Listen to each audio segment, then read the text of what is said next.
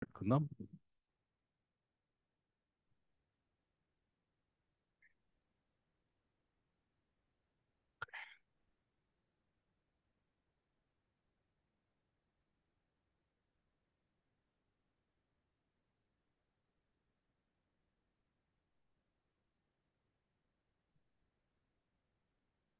నాతో పాటు అందరూ ప్రార్థన చేయండి.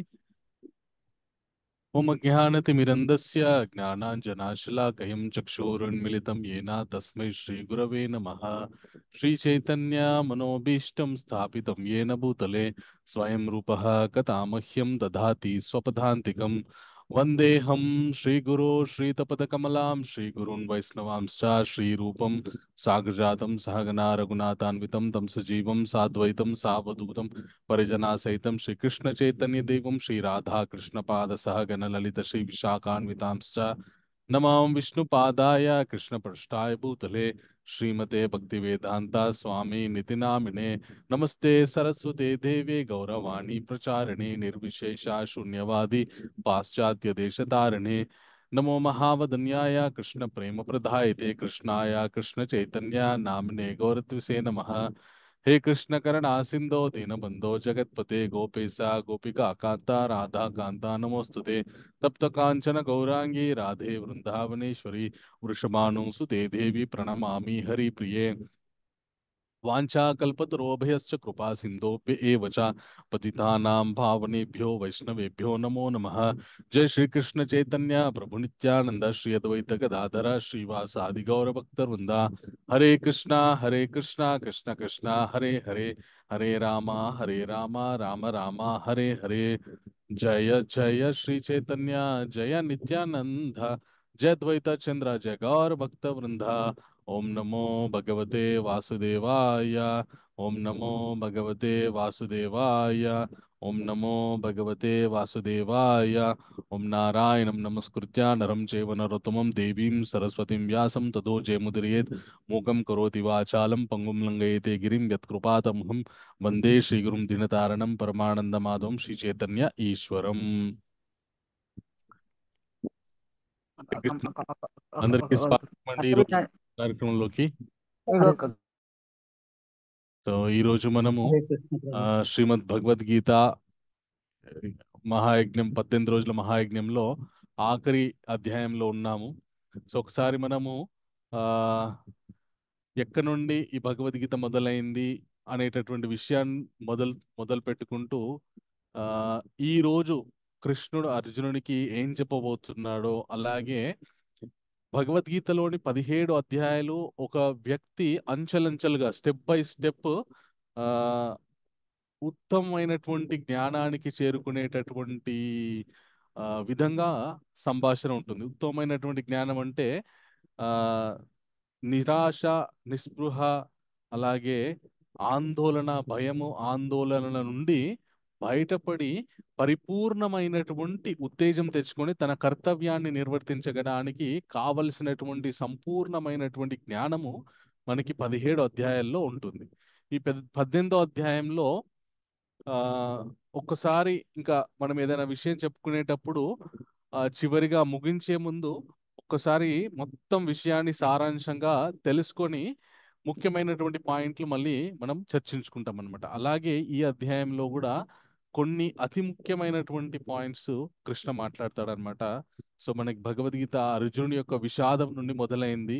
విషాదం వల్ల తను ఏం చెయ్యాలో ఏం చేయకూడదు అనేటటువంటి సందిగ్ధంలోకి, భయంలోకి, నా వాళ్ళనుకున్న వాళ్ళని చంపాలా, వాళ్ళతో నేను యుద్ధం చెయ్యాలా అనేటటువంటి భయంలోకి వెళ్ళిపోయినటువంటి అర్జునుడిని ఆ ఆ, మళ్ళీ అర్జునుడికి, నాయన నువ్వు కాదు చంపేది వాళ్ళు, ఆ నువ్వు కాదు వాళ్ళని చంపేది, అసలు నీకు వాళ్ళకి చావనేటువంటిదే లేదు, అసలు మొట్టమొదట మీరెవరో తెలుసుకోండి, నువ్వెవరో తెలుసుకో అని తన యొక్క మనుష్యుడి యొక్క నిజ అస్తిత్వం గురించి చెప్తాడు భగవంతుడు. చెప్పిన తర్వాత ఆ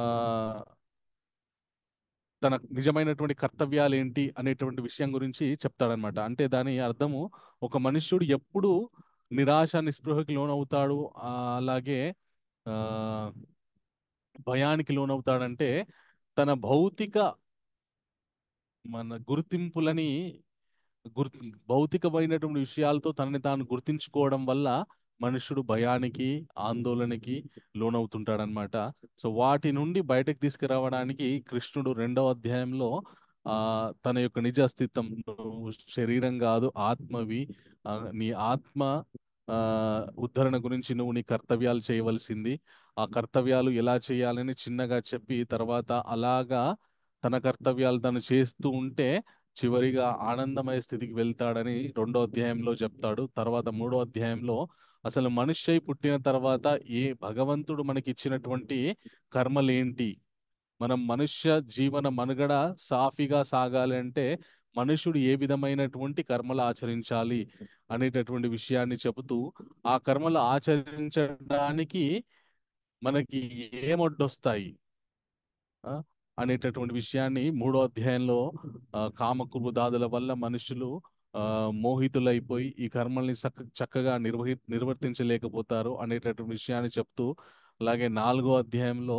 ఇంత గొప్ప జ్ఞానాన్ని కృష్ణుడు భగవంతుడు మొట్టమొదట ఎవరికి చెప్పారని చెప్తూ, అలాగే కర్మల్ని ఎలా ఆచరించాలి, కర్మ అకర్మ వికర్మ అని ఒకే కర్మని ఏ విధంగా చేస్తే అది అకర్మ అవుతుంది, ఏ విధంగా చేస్తే అది కర్మ అవుతుంది, ఏ విధంగా చేస్తే అది వికర్మ అవుతుంది. కర్మ అంటే ఆ మనము చేయవలసినటువంటి కర్తవ్యం, దానివల్ల మనకి మంచి ఫలితం రావచ్చు, చెడు ఫలితం రావచ్చు.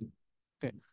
సో ఆ మనం చేయవలసినటువంటి పని ఏదైతే ఉందో దాన్ని సక్రమంగా ఎలా చేయాలో అలా చేసి ఫలితం ఆశించకుండా చేస్తే అది అకర్మ అవుతుంది. అంటే దానివల్ల ఎలాంటి రియాక్షన్స్ మనకు అంటవు. అలా కాకుండా చెయ్య చేయాల్సిన విధంగా కాకుండా చేయకూడని విధంగా చేస్తే అదే వికర్మ అవుతుంది. అంటే శాస్త్ర విరుద్ధమైనటువంటి కర్మ అయి మనల్ని కర్మబంధనాల్లో పడేస్తుంది అనమాట. ఆ విధంగా 4వ అధ్యాయంలో ఆ, కర్మలు ఏ విధంగా చేయాలని స్పష్టంగా చెప్తూ, అలాగే ఆ మనుష్యుడనేవాడు ప్రతి ఒక్కడు కూడా ఈ భౌతిక ప్రపంచంలో పుట్టిన మనుష్యుడు, ప్రతి మనుష్యుడు కూడా ఏదో ఒక యజ్ఞం చెయ్యాలి, ఏ యజ్ఞము చేయకుండా ఏ మనిషి కూడా ఈ ప్రపంచంలో సంతోషంగా ఉండడు అని ఆ 4వ అధ్యాయంలో చెప్తాడు. చెప్పి ఒక ముఖ్యమైనటువంటి విషయం గురించి భగవంతుడు చెప్తాడనమాట. ఇంత జ్ఞానము అంటే ఇంత కర్మలు ఇలా చెయ్యాలి, అలాగే చేసేటప్పుడు ఈ విధమైనటువంటి జ్ఞాన స్థితిలో మనం ఉండాలి అనేటటువంటి విషయాలు మనకి ఒక గురువు ద్వారా ప్రాప్తిస్తాయి. మనం ఒక గురువుని చేరుకొని వారిని చక్కగా సేవించుకుంటూ ఉంటే మనకి ఇంత జ్ఞానం లభిస్తుంది అని భగవంతుడు చెప్తాడు. తర్వాత అర్జునుడు 5వ అధ్యాయంలో ఈ కర్మ గొప్పదా లేదంటే కర్మ సన్యాసం గొప్పదా అనేటువంటి విషయాన్ని అడుగుతాడనమాట. భగవంతుడు కర్మ చేయడము, కర్మ చేస్తూనే భగవతార్పణ పూర్వకంగా కర్మ చేస్తూ ఉండడం గొప్పది, పూర్తిగా కర్మలు వదిలిపెట్టడం వల్ల అది గొప్ప అనిపించుకోదు. ఎందుకంటే ఆ కర్మయోగియే చాలా చాలా తొందరగా ఉత్తమమైనటువంటి స్థితికి వెళ్తాడు. కొన్నిసార్లు సన్యాసం స్వీకరించినటువంటి కర్మ సన్యాసం చేసినటువంటి వాళ్ళు కూడా ఆ పడిపోయే అవకాశం ఉంటుంది, కానీ దుఃఖపడే అవకాశం ఉంటుంది. కానీ కర్మయోగి ఎవరైతే కర్మలను ఆచరిస్తూ భగవంతునికి అర్పణ చేస్తూ ఉంటారో వాళ్ళు తొందరగా ఉన్నత స్థితికి వెళ్తారని చెప్తూ భగవంతుడు నేను ఎవరి యొక్క పాపపుణ్యాలను స్వీకరించను, అందరికీ ఏ వారు చేసినటువంటి కర్మలకి నేను ఫలితాన్ని ఇస్తానని చెబుతూ చివరిగా 5వ అధ్యాయంలో నేనే సమస్తాన్ని అనుభవించేది, భోక్తని పరమభోక్తని నేనే అని, అలాగే ఈ మానవాళి మొత్తానికి శ్రేయోభిలాషి నేనే అనేటటువంటి విషయాన్ని ఎవరైతే తెలుసుకుంటారో వారు పరమ శాంతిని పొందుతారు అని 5వ అధ్యాయంలో చెప్తారు. తర్వాత 6వ అధ్యాయంలో అష్టాంగ యోగ పద్ధతి గురించి వివరంగా వివరిస్తారనమాట. అష్టాంగ యోగ పద్ధతి ఎలా చేయాలి, చేస్తూ ఎలా భగవంతుని తనని ధ్యానించాలి అనేటటువంటి విషయాన్ని చెబుతూనే, ఒకవేళ గనక ఆధ్యాత్మిక పదంలో వెళ్ళేటటువంటి సాధకుడు పూర్తి పరిపక్వత చెందకుండా శరీరాన్ని వదిలిపెడితే ఏం జరుగుతుంది, మళ్ళీ వచ్చే జన్మలో ఎంతవరకైతే జ్ఞాన సముపార్జన చేశాడో మళ్ళీ అంత జ్ఞానం ఉంటుంది, ఆ మళ్ళీ చక్కగా సాధన చేసుకోవడానికి సరైనటువంటి వేదిక, సరైనటువంటి జన్మని ఇస్తాను అని చెప్పి ఆధ్యాత్మిక సాధకుడికి ఒక ధైర్యాన్ని ఇస్తాడనమాట. ఆ తర్వాత 7వ అధ్యాయంలో అసలు భగవంతుడి యొక్క 8 శక్తులు, ముఖ్యమైనటువంటి 8 శక్తులు: భూమి రాపో నలో వాయు కామ్మనో బుద్ధిరేవచ అహంకారీతి ఎమ్మే భిన్న ప్రకృతిరష్టద. భూమి, జలము, వాయువు, ఆకాశము, అగ్ని, ఆ, నీరు, ఆ మనసు, బుద్ధి, అహంకారం, ఈ 8 కూడా భగవంతుడి నా యొక్క శక్తులు, నా యొక్క భిన్నమైనటువంటి శక్తులు అని చెప్తూ, మనుష్య జాతి ఇవన్నీ వీటి కలయిక ద్వారానే మన మనుష్య జన్మ కలుగుతుంది. కాబట్టి ఈ సృష్టిలో ఉన్నటువంటి, భూమిలో ఉన్నటువంటి శక్తిని, అలాగే నీటిలో ఉన్నటువంటి రుచిని, అలాగే మనుష్యుల్లో ఉన్నటువంటి ఆ బలాన్ని, ఆ అలాగే ధర్మ విరుద్ధంగా జరిగేటటువంటి ధర్మానుసారంగా జరిగేటటువంటి కామాన్ని, ఇవన్నీ ఆయనే అని చెబుతూ 4 రకాలైనటువంటి మనుషులు నా దగ్గరికి ఆ నన్ను ఆశ్రయిస్తూ ఉంటారని, 4 రకాలైనటువంటి వాళ్ళ గురించి చెప్తూ, ఎవరు తనని ఆశ్రయించరు, నమాం దుష్కృతినో మూఢా ప్రపద్యంతే నరాధమ మాయయాపహృత జ్ఞానం ఆసురం భావమాశ్రిత. ఎవరి జ్ఞానమైతే మాయ ద్వారా అపహరించబడుతుందో వాళ్ళు భగవంతుణ్ణి అర్థం చేసుకోలేరు, చేరుకోలేరు, తెలుసుకోలేరు అని చెబుతూ, మనుష్యుడి యొక్క పుణ్యం పరిపక్వత అయిన తర్వాత మాత్రమే భగవంతుని గురించినటువంటి ఆ, తెలుసుకునేటటువంటి, అలాగే అర్థం చేసుకునేటువంటి శక్తి దొరుకుతుంది మనుషులకని 7వ అధ్యాయంలో చెబుతూ, 8వ అధ్యాయంలో అతి ముఖ్యమైనటువంటి విషయము, మనుష్యుడు శరీరాన్ని వదిలిపెట్టేటప్పుడు ఏ విధమైనటువంటి భావనతో ఉంటే తన యొక్క మరణాంతరమైనటువంటి ప్రయాణం ఏదైతే ఉందో అది చాలా చాలా సక్సెస్ఫుల్ అవుతుంది. అంటే మనం శరీరాన్ని వదిలిపెట్టిన తర్వాత ఆత్మ ఉత్తమ గతులు పొందితే అప్పుడు అది ఉత్తమమైనటువంటి స్థితి అవుతుంది. అలా కాకుండా అధోగతి పాలవుతే అది వ్యర్థమైపోతుంది. అలాగా ఆత్మ ఉత్తమమైనటువంటి స్థితి పొందడానికి తన నామస్మరణ చేస్తూ ఉంటే, సులభం సులభమైనటువంటి పద్ధతి తన నామస్మరణ చేయడం ద్వారా ఆత్మ ఆ ఈ మనుష్యుడు భగవంతుని చేరుకోవచ్చని 8వ అధ్యాయంలో చెప్తాడు. తర్వాత 9వ అధ్యాయంలో తను ఏ విధంగా ఈ సృష్టిని నడిపిస్తున్నాడు, అలాగే ఆ, ప్రతి భక్తుడికి భగవంతుడు కొన్ని ముఖ్యమైనటువంటి చాలా చాలా స్ట్రాంగ్ హామీలు ఇస్తాడనమాట. ఎవరైతే తనని అనన్య చిత్తంతోటి స్మరిస్తూ ఉంటారో వాళ్ళకి యొక్క యోగక్షేమాలు తానే చూసుకుంటానని, అలాగే తన భక్తుడికి ఎప్పుడూ నాశనం అనేటువంటిది ఉండదని, అలాగే ఒకవేళ తన భక్తిలో ఎవరైనా భక్తుడు చిన్న చిన్న పొరపాట్లు చేసినా కూడా తాను మన్నిస్తాను, అతని భక్తుడిగానే పరిగణించాలని చెబుతూ ప్రతినిత్యము ఆ, తన భక్తుడు అవ్వడానికి ప్రయత్నం చేయమని 9వ అధ్యాయంలో మనకి రాజవిద్య రాజగుహ్య యోగంలో చెప్తాడనమాట. తర్వాత 10వ అధ్యాయంలో ఆ తన యొక్క విభూతుల గురించి చెప్తాడనమాట భగవంతుడు అర్జునుడికి. ఈ ముఖ్యమైనటువంటి విభూతుల గురించి ఆ, చెప్పి 11వ అధ్యాయంలో అర్జునుడు అడిగినటువంటి ప్రశ్నకి, ఏవైతే స్వామి మీ విభూతుల గురించి చెప్పారో నాకు చూడాలని ఉంది అంటే, తన విశ్వరూపాన్ని సందర్శింపజేస్తాడనమాట అర్జునుడికి. సందర్శింపజేసి, నాయన ఇంత నా విశ్వరూపం అర్జునుడు చూడలేని సమయం, చూడలేకపోతున్నాను స్వామి, ఉపసంహరించండి మీ విశ్వరూపాన్ని అంటే, మళ్ళీ స్వామి చతుర్భుజ ద్విభుజ రూపాలకి ఉప రూపాలుగా మళ్ళీ ఉపసంహరిస్తాడు. అప్పుడు ఆ భగవంతుడు చెప్తాడనమాట, ఈ నా రూపాలు చూడడానికి ఎవరికి సాధ్యం కాదు. తపస్సులు, యజ్ఞాలు, దానాలు, గొప్ప గొప్ప శాస్త్రాలు చదివినా కూడా నా యొక్క ఈ రూపాలని చూడడం, దర్శించుకోవడం సాధ్యమైనటువంటి పని కాదు. కానీ అనన్య భక్తి ఎవరైతే చేస్తారో, నా భక్తులు ఎవరి యందు వైరం పెట్టుకోకుండా నా భక్తి ఎవరైతే చేస్తారో వాళ్ళకి ఈ నా రూపదర్శనం అనేటువంటి అదృష్టం ఉంటుంది అని అర్జునుడికి చెప్తాడు. చెప్పిన తర్వాత అర్జునుడు మళ్ళీ 12వ అధ్యాయంలో, స్వామి మిమ్మల్ని ఆ అవ్యక్త రూపంగా పూజిస్తే గొప్పనా, లేదంటే వ్యక్తమయ్యేటటువంటి రూపంతో పూజిస్తే గొప్పనా, ఏది గొప్ప, ఏ రకమైనటువంటి ఆరాధన గొప్ప అంటే, భగవంతుడు అప్పుడు అవ్యక్త రూపకంగా పూజించడం చాలా చాలా కష్టతరంతో కూడుకున్నటువంటిది. నన్నుగా సస్వరూపంతో పూజిస్తే చాలా సులభంగా ఆ, నన్ను ఆ, నా యొక్క అనుగ్రహాన్ని పొందగలవు.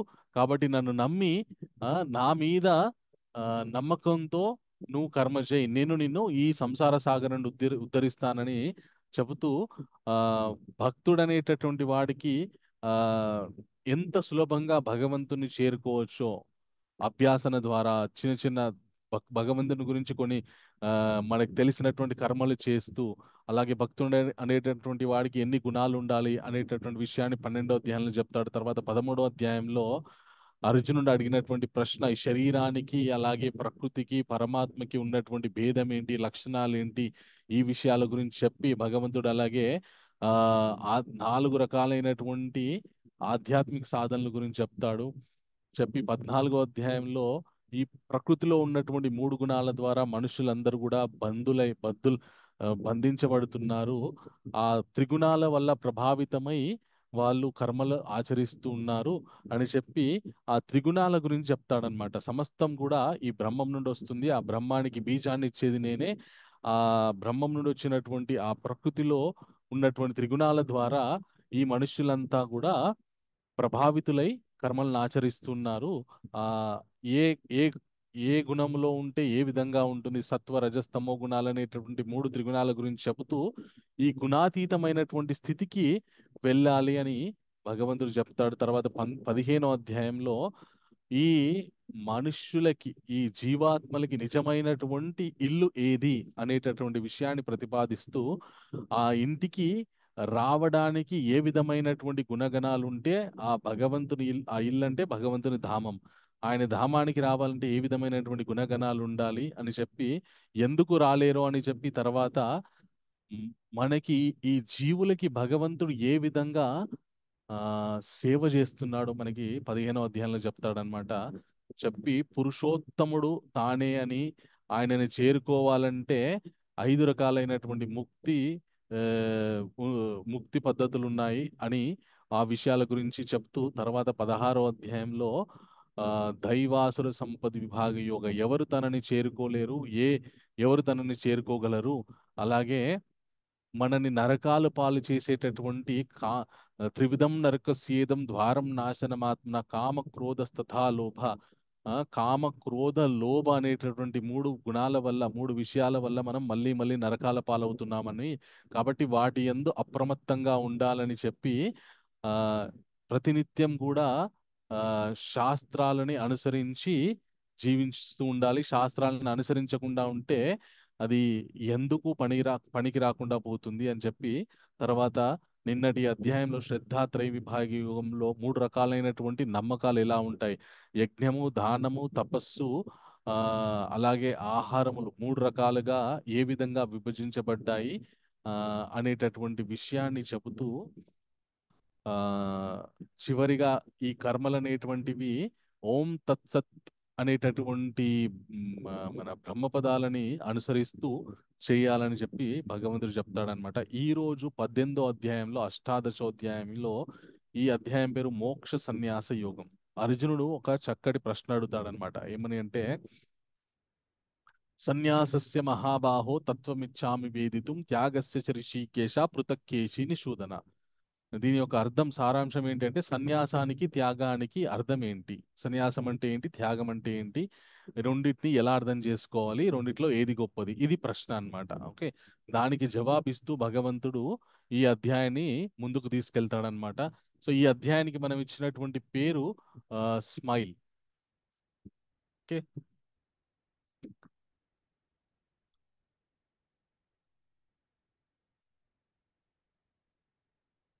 ఓకే, ఎస్ అంటే సమరీ ఆఫ్ కర్మయోగ. కర్మయోగ సారాంశాన్ని 1వ శ్లోకం నుండి 18వ శ్లోకం వరకు చెప్తాడు భగవంతుడు. ఎం అంటే మోడ్స్ ఆఫ్ నేచర్, ఈ ప్రకృతిలో ఉన్నటువంటి గుణాల గురించి ఆ 18వ అధ్యాయం 19వ శ్లోకం నుండి 40వ శ్లోకం వరకు చెప్తాడు. తర్వాత ఆ ఆదర్శ కార్యకర్త, ఐడియల్ వర్కర్. ఓకే, ఒక నిజమైనటువంటి ఆ కర్మయోగి, కర్త ఎలా కర్మలు చేస్తాడనేటువంటి విషయాన్ని 41 నుండి 55, తర్వాత ఆ, భగవంతుని యొక్క ప్రేమ ఎలా పొందాలనేటువంటిది 56 నుండి 66, తర్వాత ఆ, అంతిమ ఫలితాలు. ఇంతగానం జ్ఞానం నేర్చుకున్న తర్వాత ఎలాంటి ఫలితాలు ఉండబోతున్నాయి అనేటువంటి విషయాన్ని చివరిగా ఈ అధ్యాయంలో చెప్తారనమాట. ఓకే. సో అర్జునుడు అడిగినటువంటి ప్రశ్న ఏంటి, త్యాగానికి సన్యాసానికి, త్యాగం అంటే ఏంటి, సన్యాసం అంటే ఏంటి, ఏది గొప్పది అనేటటువంటి విషయాన్ని అర్జునుడు అడిగాడనమాట. అయితే భగవంతుడు కృష్ణ ఏం చెప్తారంటే, ఆ నాయన అర్జున, आ, श्री भगवानुवाच काम्यानां कर्माणां न्यासं सन्न्यासं कवयो विदुः सर्वकर्मा फलत्यागं प्राहुस्त्यागं विचक्षणा त्याज्यं दोषवदित्येके कर्म प्राहुर्मणिषिणा यज्ञदानतपक्रमा न त्याजमिति చాపరే. ఓకే. త్యాగం అంటే ఏంటి అంటే మనము కర్మ చేస్తాము, కానీ ఫలితాన్ని స్వీకరించము, ఫలితాన్ని మనం భగవంతునికి అర్పిస్తాము, అది త్యాగం. అలాగే సన్యాసం అంటే ఏంటంటే అసలు కర్మలే చేయకుండా ఆ, కర్మల్ని విడిచిపెట్టడం, అది సన్యాసం అన్నమాట. ఓకే. అయితే భగవంతుడు ఏం చెప్తాడంటే ఆ త్యాగం చెయ్యాలి, కానీ యజ్ఞము దానము ఈ వీటిని మాత్రం త్యాగం చేయకూడదు. ఇవి మాత్రం ఖచ్చితంగా మనుష్యుడు చేస్తూ ఉండాలి. ఎందుకంటే ఇవి పున్ మనుష్యుడికి ఆ మనుష్యుణ్ణి పవిత్ర స్థితికి తీసుకెళ్తాయి, అంటే పవిత్రుని చేస్తాయి అన్నమాట. యజ్ఞము దానము కర్మ తప్పలము అనేటువంటి విషయాలు ఏవైతే ఉన్నాయో వాటిని త్యాగం చేయకూడదు. అవి మనుష్యుణ్ణి ఆ పు- పవిత్రమైనటువంటి స్థితికి తీసుకెళ్తాయి అని చెప్పేసి చెప్తాడనమాట. చెప్తూ ఒక చక్కటి విషయాన్ని చెప్తాడనమాట. భగవంతుడు ఏం చెప్తాడంటే నద్వేష్టి అకుశలం కర్మ కుశలే నాను సజ్జతే త్యాగి సత్వ సమివిష్టో మేధావి చిన్న సంశయ అని చెప్తాడనమాట. ఎవరైతే ఆ, అతి ఉత్తమమైనటువంటి భగవద్ భక్తితో భగవద్ జ్ఞానంతో ఉంటారో, ఆ మేధావి ఎవరైతే ఉంటారో ఆయన నా ద్వేష్టి అకుశలం కర్మ కుశలే నాను సజ్జతే. ఒకవేళ తాను తలపెట్టినటువంటి కార్యంలో కర్మలో అది అనుకూలమైనటువంటి ఫలితాలు వచ్చినా, ప్రతికూలమైనటువంటి ఫలితాలు వచ్చినా కూడా అతను మాత్రం చెలించడు. అతను అదే సాత్వికమైనటువంటి బుద్ధితోటి ఆయన కర్మలు చేసుకుంటూ ఆ ముందుకు వెళ్ళిపోతాడు అని చెప్పి.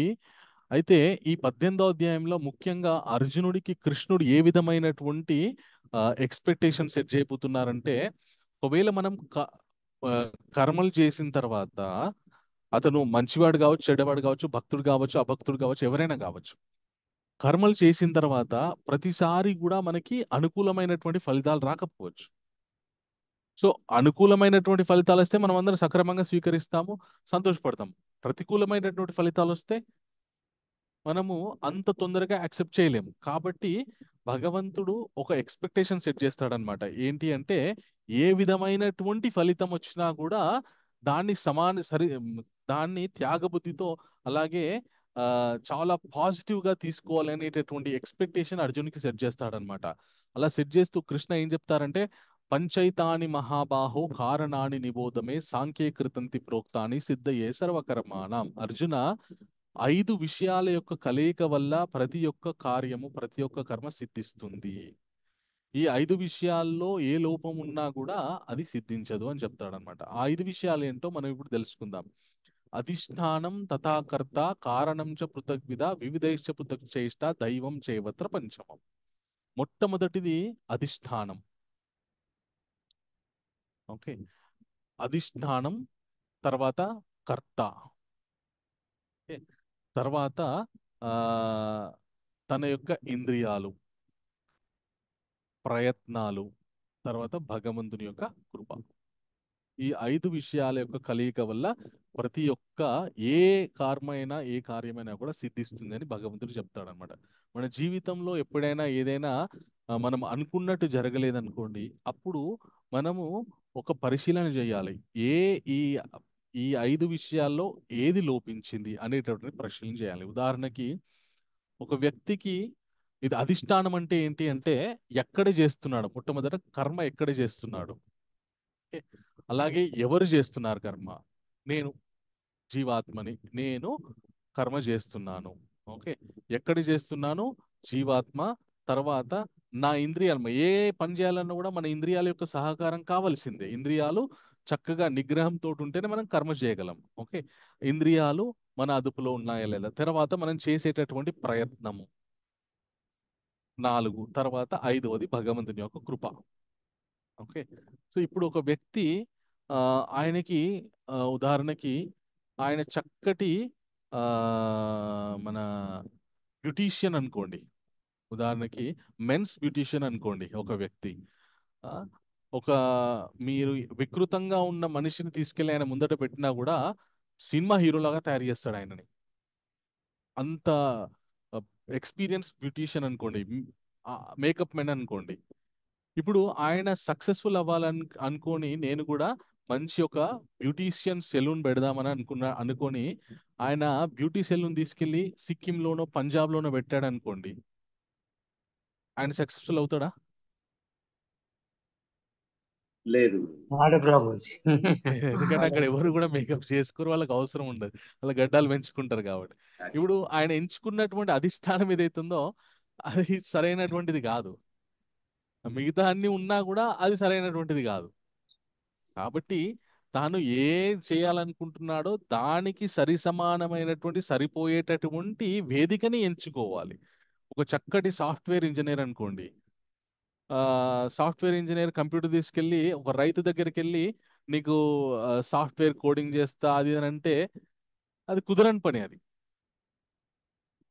సో అలాగే ఇక్కడ అర్జునుడు కూడా తాను చాలా వైరాగ్యభరితమైనటువంటి మాటలు మాట్లాడుతున్నాడు అనమాట.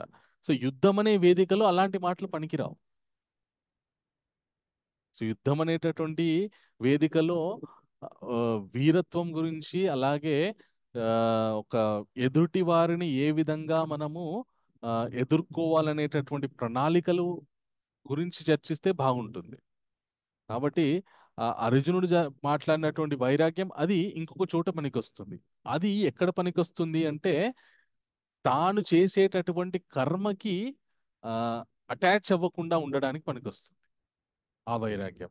అంతే తప్ప కర్మని వదిలిపెట్టడానికి పనికి రాకూడదు. అది వేస్ట్ అయిపోతుంది, సక్సెస్ఫుల్ అవ్వలేడు. అలాగే మన జీవితంలో కూడా ఏదైనా కావచ్చు.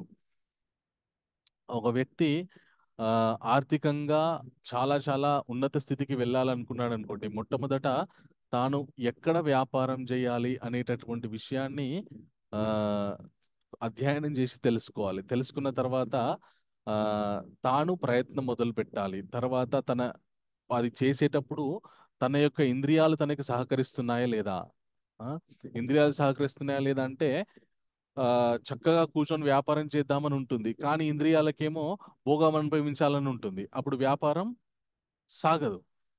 ఎందుకంటే వ్యాపారం చక్కగా సాగాలి అంటే ఆ, అక్కడ మనం తగినంత సమయం ఆ వ్యాపారంలో ఆ, వినియోగించాలి. లేకపోతే ఆ వచ్చినటువంటి కస్టమర్స్ ని ఏ విధంగా మనం హ్యాండిల్ చేయగలం? మనమే లేమనుకోండి, అక్కడ మన ఇంద్రియాలని సుఖపెట్టుకోవడానికి ఎక్కడికి వెళ్ళిపోతుంది, ఇంకా వ్యాపారం ఏం మూతపడిపోతుంది. సో ఈ విధంగా తాను ఏ పని చేద్దామనుకున్నా కూడా ఈ ఇంద్రియాలు మన కంట్రోల్లో ఉన్నాయా లేదా, అదే విధంగా సరైనటువంటి వేదికను ఎంచుకున్నాడా లేదా ఆ పని చేయడానికి, వాళ్ళ తర్వాత అధిష్టానం మంచి ప్లేస్ ఎంచుకున్నాడు, తర్వాత తాను కూడా దృఢ నిశ్చయంతో ఉన్నాడు. ఆ ఆ, చేద్దామని చెప్పేసి ఇంద్రియాలు కూడా సహకరిస్తున్నాయి, కానీ సరైనటువంటి ప్రయత్నాలు చేయట్లేదు. ఉదాహరణకి సరైనటువంటి ప్రమోషన్ చేయట్లేదు. లేదు అంటే సరైన విధంగా దాన్ని ఆ, ఏ విధంగా ఈ వ్యాపారాన్ని ముందుకు తీసుకెళ్లాలంటే ఎవరినెవరిని నేను వినియోగించుకోవాలి, ఎక్కడెక్కడ ఈ నా ప్రోడక్ట్ ని అమ్మాలి అనేటటువంటి ప్రయత్నం చేయట్లేదు, సక్సెస్ఫుల్ అవ్వదు బిజినెస్. పోనీ ప్రయత్నం కూడా చేశాడు అనుకోండి, భగవంతుని యొక్క కృప లేదనుకో, మళ్ళీ అది సక్సెస్ఫుల్ అవ్వదు. భగవంతుని యొక్క కృప ఎప్పుడు దొరుకుతుందంటే, ఒకటి మన కష్టానికి తగినటువంటి కృప ఖచ్చితంగా ఉంటుంది ముందు వెనుక. ఇంకొకటి అది ధర్మబద్ధమైందా కాదా. అధర్మమైంది అనుకోండి, అధర్మమైనటువంటి ప్రయత్నాలు, అధర్మమైనటువంటి విషయాన్ని పట్టుకొని మనం ముందుకెళ్తున్నాం అనుకోండి, తాత్కాలికంగా సక్సెస్ ఉంటుంది, కానీ దీర్ఘకాలంలో ఉండదు. మనకి మహాభారతం మొత్తం మీరు పరిశీలించారనుకోండి,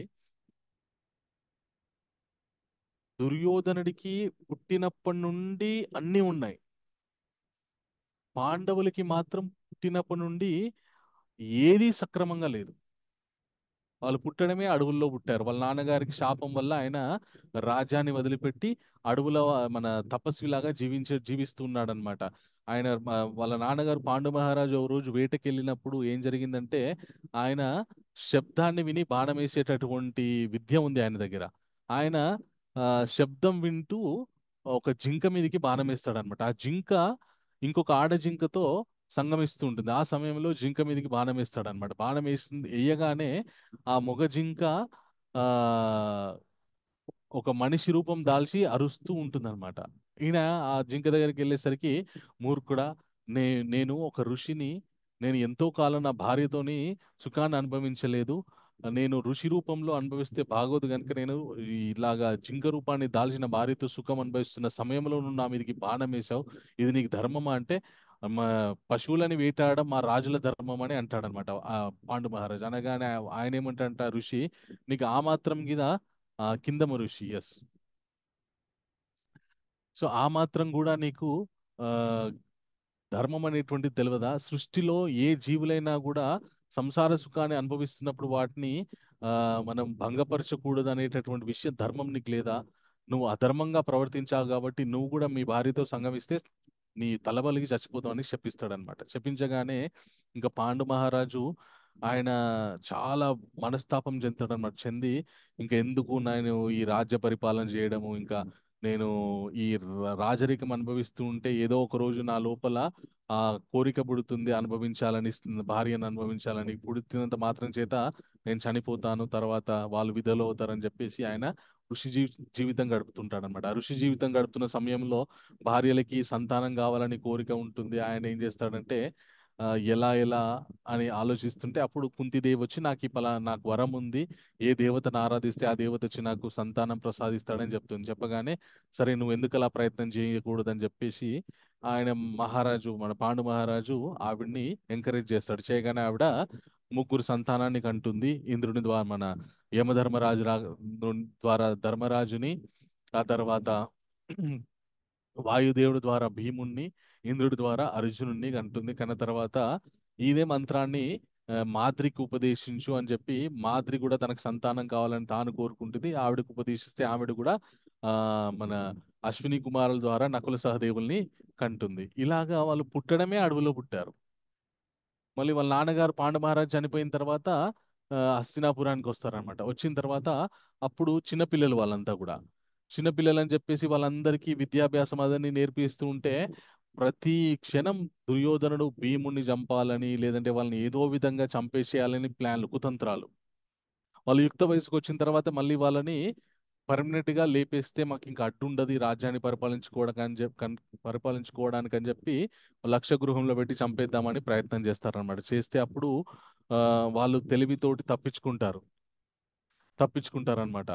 తప్పించుకొని అప్పుడు మళ్ళీ వాళ్ళు అరణ్యవాసం చేయాల్సి ఉంటుందన్నమాట. ఆ తర్వాత మళ్ళీ ద్రౌపదిని పెళ్లి చేసుకున్న తర్వాత మళ్ళీ వచ్చి వాళ్ళకి అర్ధరాజ్యం ఇవ్వడం జరుగుతుంది. వాళ్ళు చక్కగా పరిపాలిస్తూ ఉంటే వాళ్ళ యొక్క వైభవాన్ని జీర్ణించుకోలేక మళ్ళీ దుర్యోధనుడు వాళ్ళని ఆ మోసపూరితమైనటువంటి జూదాన్ని పెట్టి మళ్ళీ వాళ్ళని అడవుల పాలు చేస్తాడనమాట. చివరికి ఆ మన ఇంకా కురుక్షేత్ర యుద్ధం అంతా, కురుక్షేత్ర యుద్ధం అనివార్యమైపోతుంది. యుద్ధం చేసిన తర్వాత పాండవులు గెలిచిన తర్వాత చివరికి ఏం జరుగుతుందంటే ఆ గెలిచిన రోజు రాత్రి పాండవుల సైడ్ వాళ్ళంతా అందరూ ఆ యుద్ధ రంగంలో శిబిరాల్లో పడుకొని ఉంటారన్నమాట. పాండవులు కృష్ణుడితో వేరే చోటు ఉంటారు. వీళ్ళంతా కూడా యుద్ధరంగం కురుక్షేత్రం దగ్గర గుడారాల్లో పడుకొని ఉంటారన్నమాట. రాత్రిపూట పడుకున్నటువంటి పాండు కుమారులని, అలాగే పాండవుల సైడ్ ఉన్నటువంటి ముఖ్యమైనటువంటి వీరులందరినీ కూడా అశ్వత్థామ పడుకున్నట్టుగా గొంతు కోసి చంపేస్తాడనమాట. పాండవులకి ఏది సరిగ్గా లేదు ధర్మంగా ఉన్నా కూడా, కానీ దుర్యోధనుడికి అధర్మంగా కూడా అన్ని సరిగ్గా ఉన్నాయి. దాని అర్థం ఏంటి అంటే, ఎందుకు అలా జరిగిందంటే, దుర్యోధనుడికి అన్ని సక్రమంగా ఉన్నాయి, కానీ భగవంతుడు ఒకటేసారి దుర్యోధన దగ్గర నుండి అన్ని లాగేసుకున్నాడు. భగవంతుడు పాండవుల దగ్గర ఏది సరిగ్గా లేదు, కానీ ఒకటేసారి పాండవులకి సమస్త భూమండలాన్ని ఏలేటటువంటి అదృష్టాన్ని ప్రసాదించాడు కురుక్షేత్ర యుద్ధం ద్వారా. ఇంకా దుర్యోధన లేడు. దుర్యో అప్పటి వరకు వీళ్ళ అరణ్యవాసం వెళ్ళేంత వరకు సగం రాజ్యం పాండవులు పరిపాలిస్తుండేవారు, సగం రాజ్యం దుర్యోధనలు పరిపాలిస్తుండేవారు. ఈ కురుక్షేత్ర యుద్ధం అయిపోయిన తర్వాత మొత్తం రాజ్యం వీళ్ళదే. ఒకేసారి మొత్తం ఇచ్చాడనమాట. పాండవులకు ఎందుకు మొదటి నుంచి ఇవ్వలేదంటే, దుర్యోధనుడు ఆ యొక్క దుర్యోధనుడి లాంటి మనస్తత్వం పాండవులకి రాకుండా ఉండడానికి. ఎందుకంటే భోగైశ్వర్యాల వల్ల మనుషుడికి ఏమవుతుంది అంటే లోభం మొదలవుతుంది. అంత తొందరగా భోగాలను వదిలిపెట్టలేడనమాట. ఎప్పుడైతే మనుష్యుడు చాలా తాపస్వ తపస్ జీవనం గడుపుతాడో, ఒక చక్కటి ఆధ్యాత్మిక అలాగే సాత్వికమైనటువంటి జీవితాన్ని గడుపుతాడో, అప్పుడు మనుషుడికి భోగాల మీద ఆసక్తి ఉండదు. అవి ఒకవేళ ఆ మనుష్యుడికి ఇచ్చినా కూడా ఎంత మేరకు అవసరమో వాటి మీద వాటిని ఎంతవరకు ఉపయోగించుకోవాలో అంతవరకు మాత్రమే ఉపయోగించుకొని వాటితోనే చాలా డిటాచ్డ్ గా ఉంటాడనమాట. అందుకే పాండవులు ఎప్పుడైతే కృష్ణుడి యొక్క అవతారం పరిసమాప్తి అయింది అని తెలిసిన నెక్స్ట్ సెకండే అందరూ తమ తమ వేషధారణ మొత్తం మార్చేసి ద్రౌపదితో సహా రాజ్యాన్ని పరిత్యజించేసి పరీక్షిత్తుకి పట్టాభిషేకం చేసేసి వాళ్ళు కాలినడకన ఇంకా వెళ్ళిపోతారనమాట. అంత వైరాగ్యం, అంత ఒకటేసారి మొత్తం అంత కొత్త రాజ్యాన్ని వదిలిపెట్టేటటువంటి గొప్ప గుణం ఎక్కడ నుండి వచ్చిందంటే, వాళ్ళు ఎప్పుడు కూడా ఆ ఐశ్వర్యానికి అటాచ్ చేయలేరు వాళ్ళు. అలా ఉంటేనే మనుష్యుడు ఈ మనుష్య శరీరాన్ని వదిలిపెట్టి వెళ్ళాలనేటటువంటి గుణం ఉంటుంది మనుషుడికి. లేకపోతే ఇంకా ఇదే నా జీవితం, ఈ భోగమే నేను అనుభవించాలనేటటువంటి కోరికతోటే ఉంటాడనమాట. అలాగా అధర్మంగా కనుక ఎవరైనా ప్రయత్నాలు చేస్తే మొదట్లో ఉంటుంది, తర్వాత భగవంతుడు ఒకటేసారి లాగేస్తాడు. ధర్మంగా చేసే వాళ్ళకి మొదట్లో కష్టం ఉండొచ్చు కానీ అంతిమ ఫలితం మాత్రం వాళ్ళదే విషయం. అలాగా మనం ఏ పని చేయాలన్నా కూడా ఈ 5 విషయాల యొక్క కలయిక ఉంటేనే ఆ పని జరుగుతుంది, ఆ కర్మ జరుగుతుంది అనమాట. అలా కాకుండా ఆ, ఒకవేళ జరగకపోతే ఆ 5 విషయాలు ఎక్కడ లోపం జరిగింది అనేటటువంటి విషయాన్ని ఆ మనం చూసుకోవాలన్నమాట. తర్వాత కృష్ణ ఏమంటారంటే, యస్య నాహంకృతో భావో బుద్ధిర్ యస్య న లిప్యతే హత్వాపిస ఇమల్లోక నహంతి న నిబధ్యతే.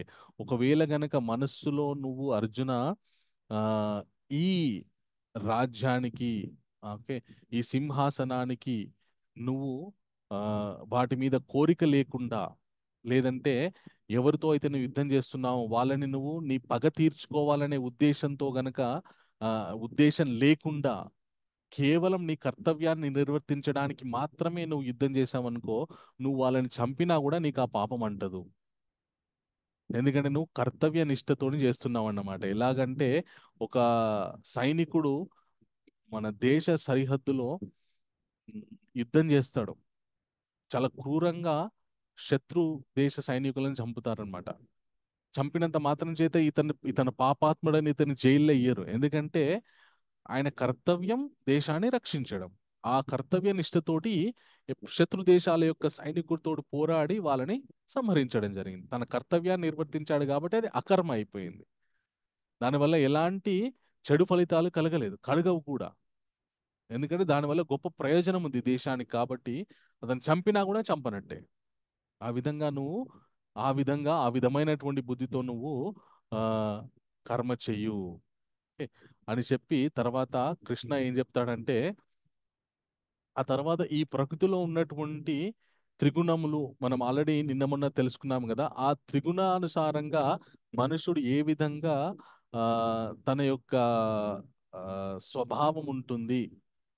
సత్వగుణంలో అందరినీ ఏ విధంగా చూస్తాడు, అందరినీ సమానంగా చూస్తాడు. అదే రజోగుణంలో అహంకారపూరితంగా తేడాలు చూస్తూ ఉంటాడు. తమో గుణంలో అయితే ఇంకా ఆ అందరినీ అణగదొక్కాలనేటటువంటి బుద్ధితో చూస్తూ ఉంటాడు అనమాట. అలాగా ఈ ప్రకృతిలో ఉన్నటువంటి త్రిగుణాల ద్వారా మోహితుడైపోయి అతను ప్రవర్తిస్తుంటాడని చెప్పేసి చెప్తాడనమాట. అలా కాకుండా ఎవరైతే ధార్మికంగా ప్రవర్తిస్తారో, ధర్మబద్ధంగా ఉంటారో, వాళ్ళు ఏ విధంగా కర్మలను ఆచరించి ఉత్తమ స్థితికి వెళ్తారో అనేటటువంటి విషయాన్ని భగవంతుడు చెప్తాడనమాట. ఇలాగా మళ్ళీ ఒక్కసారి ఆ త్రిగుణముల గురించి అలాగే ఆదర్శప్రాయమైనటువంటి కర్మలను ఆచరించే వ్యక్తి గురించి భగవంతుడు చెప్తూ, అలాగే ఈ అధ్యాయంలో చాలా చాలా ముఖ్యమైనటువంటి విషయం వైపు భగవంతుడు వెళ్తాడనమాట. చివరిగా అంటే కృష్ణ ఏం చెప్తాడంటే, ఆ మనకి మనుషులందరికీ ఎన్నో కర్మలు ఉంటాయి, ఎన్నో వర్ణాశ్రమం ప్రకారము, అలాగే ఆ మనకి మన స్వభావానుసారంగా ఎన్నో ఎన్నో చేయాల్సినటువంటి బాధ్యతలు ఉంటాయన్నమాట. అయితే భగవంతుడు ఏం చెప్తాడంటే ఆ శ్రేయాన్ స్వధర్మో విగుణ పరధర్మాత్ స్వాంస్తాత్ స్వధర్మే నిధనం శ్రేయ స్వాంస్తాత్ స్వభావే నియతం కర్మ కుర్వాన్నాప్నోతి కిల్బిష.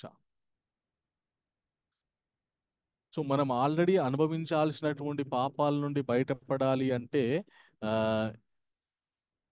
మన ధర్మాన్ని మనం చెయ్యాలి. అలాగే మన స్వభావరీత్యా మనకి ఏదైతే చేయవలసి ఉందో దాన్ని చేస్తూ ఉంటే మనం సమస్త పాపాల నుండి బయటపడతామని భగవంతుడు చెప్తాడనమాట.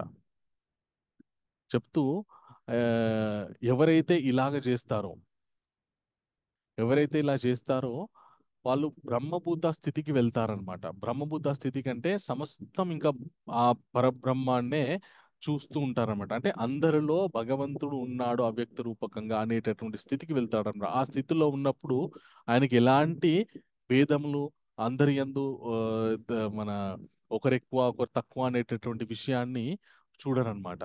ఆ స్థితికి వెళ్తాడనమాట. వెళ్ళి అలాగా ఆ తన యొక్క జీవితాన్ని గడుపుతాడంట. అందుకే భగవంతుడు ఆ ప్రతి ఒక్కరికి ప్రతి ఒక్కరు తమ తమ ధర్మాలను అనుసరించాలి, వాళ్ళ యొక్క వర్ణాశ్రమం ప్రకారం అని చెప్పేసి నేను అందుకే వర్ణాశ్రమాన్ని పెట్టాను అని ఇక్కడ మనకి 4వ అధ్యాయంలో 4 వర్ణాలను నేను పెట్టాను అని చెప్పాడు భగవంతుడు. కానీ ఆ వర్ణాలకి ఏ విధమైనటువంటి ఏ, ఆయా ఫలానా వర్ణానికి చెందినటువంటి వ్యక్తి ఏ విధంగా ఉండాలి అనేటటువంటి విషయాన్ని 4వ అధ్యాయంలో చెప్పాడనమాట. ఇక్కడ 18వ అధ్యాయంలో చెప్తాడనమాట. శమోదమస్తపశౌచం శాంతిరార్జవమేవచ జ్ఞానం విజ్ఞానమస్తిక్యం బ్రహ్మకర్మ స్వభావజం. ఆ, తన కర్తవ్యాన్ని నిర్వర్తించే క్రమంలో ఆయా వర్ణాల వాళ్ళు ఏ విధంగా ప్రవర్తించాలి, ఏ వర్ణానికి చెందినటువంటి వ్యక్తి యొక్క కర్తవ్యం ఏంటి, గుణం ఏంటి, గుణాలు ఎలా ఉండాలి అనేటటువంటి విషయాన్ని చెప్తాడని భగవంతుడు.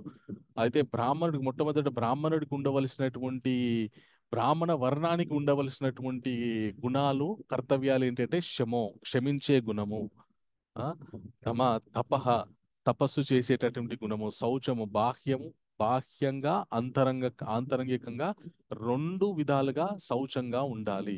తర్వాత శాంతి రాజ్యమం, ఎప్పుడు కూడా శాంతిని కోరుకుంటూ ఉండాలి, ఇతరుల యొక్క అలాగే ప్రపంచ శాంతిని కోరుకుంటూ ఉండాలి.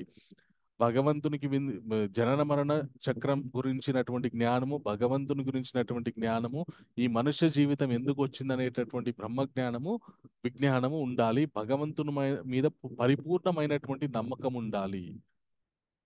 అలా ఉంటూ ఇతరుల యొక్క హితం కోరుతూ ఉండేటటువంటి గుణము కర్తవ్యం ఏది ఉందో అది బ్రాహ్మణ వర్ణానికి చెందినటువంటి వాళ్ళ యొక్క కర్తవ్యం అన్నమాట. తర్వాత క్షత్రియ వర్ణానికి చెందినటువంటి వాళ్ళ కర్తవ్యం ఏంటంటే శౌర్యం తేజో ధృతిదాక్ష్యం యుద్ధే చాప్యపలాయనం దానమీశ్వర భావశ్చ క్షాత్రం కర్మ స్వభావజం. శౌర్యం ఉండాలి, తేజస్సు ఉండాలి, అలాగే ఆ గట్టి పట్టుదల ఉండాలి. యుద్ధం చేయాలని చెప్పేసి, యుద్ధం ఎందుకు చేయాలంటే తన స్వార్థం గురించి కాదు, అమాయకులైనటువంటి వాళ్ళని అలాగే ఈ రాజ్యాన్ని రక్షించడానికి ఆ యుద్ధం చేయాలి. ఆ యుద్ధం చేయాలంటే చక్కటి శౌర్యం ఉండాలి, ధైర్యం ఉండాలి, పట్టుదల ఉండాలి. అలాగే ఆ యుద్ధాలు చేస్తూ వచ్చిన తర్వాత యుద్ధాలు చేస్తూ తాను సంపాదించినటువంటి రాజ్యాన్ని అలాగే ధనాన్ని భగవంతుని పేరు మీద ఆ పంచిపెడుతూ ఉండాలి. అంటే లోక శ్రేయస్సు గురించి ఒక రాజ్యాన్ని పరిపాలిస్తున్నాడంటే ఆ రాజ్యంలో అందరూ చక్కగా ఉండాలి అంటే ఆ రాజ్యం అభివృద్ధి గురించి ఎంతో డబ్బును ఖర్చు పెడుతూ ఉండాలన్నమాట. సో అలా ఖర్చు పెడుతూ భగవంతుని నాకు ఇచ్చాడు, నేను ఆ, ఖర్చు పెడుతున్నాను అనే భావంతో ఉండాలి. అది క్షత్రియుడి యొక్క స్వభావం అన్నమాట. అది క్షత్రియుడి యొక్క స్వభావమై ఉండాలి. అది ఆయన యొక్క కర్తవ్యం. తర్వాత వ్యవసాయాన్ని చేయడము, అలాగే గోవులను రక్షించము, కృషి గౌరక్ష వాణిజ్యం వైశ్యకర్మ స్వభావజం. వ్యవసాయం చేస్తూ ఆ వ్యవసాయం నుండి వచ్చినటువంటి పాడి పంటల్ని అందరికీ సప్లై చేస్తూ గో సంపదని పెంచుతూ గోవులను రక్షిస్తూ అలాగే వ్యాపారం చేస్తూ ఉండడం అనేటువంటి కర్తవ్యము స్వభావం ఏదైతే ఉందో అది వైశ్యులకు సంబంధించినటువంటి స్వభావం. అది వాళ్ళ కర్తవ్యం అని చెప్తారనమాట. చెప్పి పరిచార్యాత్మికం కర్మ శూద్రస్యాపి స్వభావజం. ఈ పై మూడు వర్ణాల వారికి చేదోడు వాదోడుగా ఉంటూ వాళ్ళని ప్రతినిత్యం కూడా వాళ్ళకి కావలసినటువంటి సేవలు అందిస్తూ ఉండేటటువంటి వర్ణం ఏదైతే ఉందో అది శూద్రవర్ణం అని చెప్తాడన్నమాట. ఇలాగ చెప్తూ భగవంతుడు ఏం చెప్తారంటే స్వే స్వే కర్మణ్యభిరత సంసిద్ధిం లభతే నరః స్వకర్మ నిరతా సిద్ధిం యథా విందాతి తక్షృణు. ఈ ఈ ఏ వర్ణం వాళ్ళకి ఏ కర్మలు నేను ఉపదేశించానో ఆయా కర్మల్ని వాళ్ళు చేస్తూ కూడా వాళ్ళు చక్కగా అభివృద్ధి చెందవచ్చు. అలా ఎలాగా అంటే యథా ప్రవృత్తిర్భూతానాం ఏన సర్వమిదం తథా స్వకర్మణా తామభ్యాచ సిద్ధిం విందాతి మానవః. యథా ప్రవృత్తిర్భూతానాం. ఓకే. సో ఈ సమస్త వర్ణాలకు చెందినటువంటి వాళ్ళు చక్కగా జీవించడానికి వాళ్ళకి చెప్పినట్టు వాళ్ళకి ఉన్నటువంటి కర్మ స్వభావము ఏదైతే నిర్దేశించబడిందో దాన్ని ఆ స్వకర్మని చక్కగా ఆచరిస్తూ ఉంటే కూడా వాళ్ళు సిద్ధిం విందాతి మానవ, వాళ్ళు నన్ను పొందేటటువంటి అవకాశం ఉంది అని భగవంతుడు చెప్తాడనమాట. ఇది అందరికీ సామాన్యులందరికీ కూడా వర్తిస్తుందన్నమాట. భగవంతుడు ఇక్కడ పెద్ద గొప్ప విషయం, గొప్ప కష్టతరమైనటువంటి సాధన ఏం చెప్పట్లేదు ఇక్కడ. ఎవరెవరు ఏ ఏ వర్ణానికి చెందారో వారు వారు ఆయా వర్ణానికి చెందినటువంటి కర్తవ్యాన్ని నేను సృష్టికర్తని, సమస్త భూతంలో నేను ఉన్నాను అనేటటువంటి జ్ఞానంతో వాళ్ళు ఆయా కర్తవ్యాన్ని నిర్వర్తిస్తే చాలు, వాళ్ళు నన్ను చేరుకుంటారని భగవంతుడు చెప్తారనమాట. అయితే మనం కూడా మనకి ఆ భగవంతుడు కూడా మనకి 12వ అధ్యాయంలో అదే చెప్పారనమాట. ఒకవేళ నన్ను చేరుకోవడానికి నీకు కష్టమైతే అభ్యాసం ద్వారా నన్ను చేరుకోవచ్చు, నన్ను ఎలాగా భక్తి చేయాలో తెలుసుకోవచ్చు. అభ్యాసం అంటే భగవంతుడు ఏం చెప్తాడంటే నా గురించి కొద్దిగా కర్మ చేయి, నా గురించి కొద్దిగా అర్థాన్ని వెచ్చించు అని చెప్తాడనమాట. మన సింపుల్ అండి, భగవంతుని మనం మెప్పించాలంటే మనకి మనం ఏ విద్యలో ప్రావీణ్యులమో ఆ విద్యని మనము ఆ, పాటిస్తూ దాన్ని మనం భగవతార్పణ పూర్వకంగా చేయడం. ఉదాహరణకి ఒక వ్యక్తి చక్కగా పాటలు పాడతాడు అనుకోండి, అది ఆయనకి స్వతహాగా పాటలు పాడే గుణం ఉంది ఆయనకి. ఆ ఆ పాటలు పాడే గుణం ఏదైతే ఉందో ఆయన భగవంతుని గురించినటువంటి పాటలు కీర్తనలు చేశాడు అనుకోండి, తన గుణానుసారంగా పాటలు పాడేటటువంటి స్వభావం ఆయనకుంది. దాన్ని భగవంతుని యొక్క సేవలో ఉపయోగించాడు అనుకోండి, చాలు తరించిపోతాడు. శ్రీల ప్రభుపాదుల వారు కూడా ఇదే విషయాన్ని ఆ మన మెయిన్ ఇదే విషయాన్ని కేంద్ర బిందువుగా తీసుకొని ఆయన ఆ, ఇస్కాన్ ఆధ్యాత్మిక సంస్థని చాలా విస్తరించారనమాట. మొట్టమొదట్లో ఎప్పుడైతే శిల ప్రభుపాదుల వారు పాశ్చాత్య దేశంలో ఈ ఇస్కాన్ సంస్థని స్థాపించి ఇంకా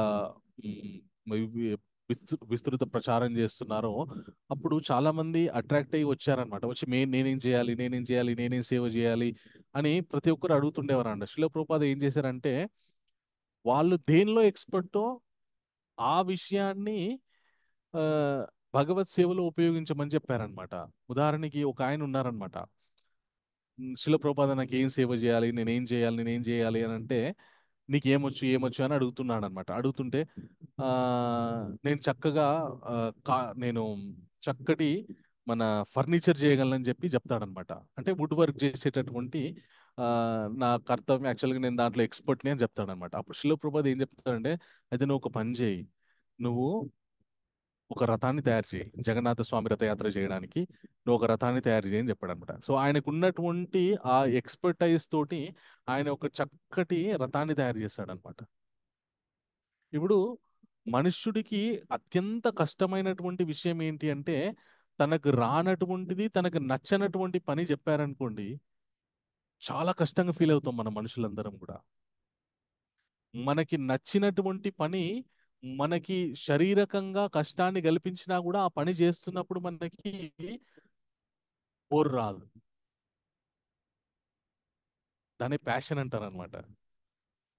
సో మనకి దేని మీద అయితే ప్యాషనేట్ గా ఉంటాం మనం అది చెయ్యాలని చెప్పేసి ఆ కొంతమంది ఎందుకు సినిమా రంగంలో కానీ లేదంటే వైద్య రంగంలో కానీ లేదంటే అది ఏ రంగమన్నా తీసుకొని కొంతమంది మాత్రమే సక్సెస్ అవుతూ ఉంటారు.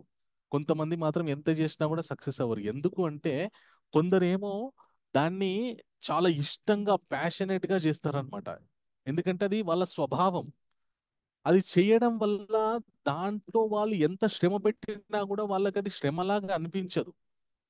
అదేదో ఆడుకున్నట్టే అనిపిస్తుంది అనమాట. దానివల్ల వాళ్ళు పెడుతున్నట్టు శ్రమకి వాళ్ళు అలసిపోరు. కొందరేమో ఆ ఎవరైతే ప్యాషనెట్ గా చేసి చాలా ఆ- ఆడుకునే విధంగా వాళ్ళ కష్టంగా కష్టపడుతున్నా కూడా నాకు ఇది ఇష్టం కాబట్టి వాళ్ళకి అది కష్టం అనిపించదు.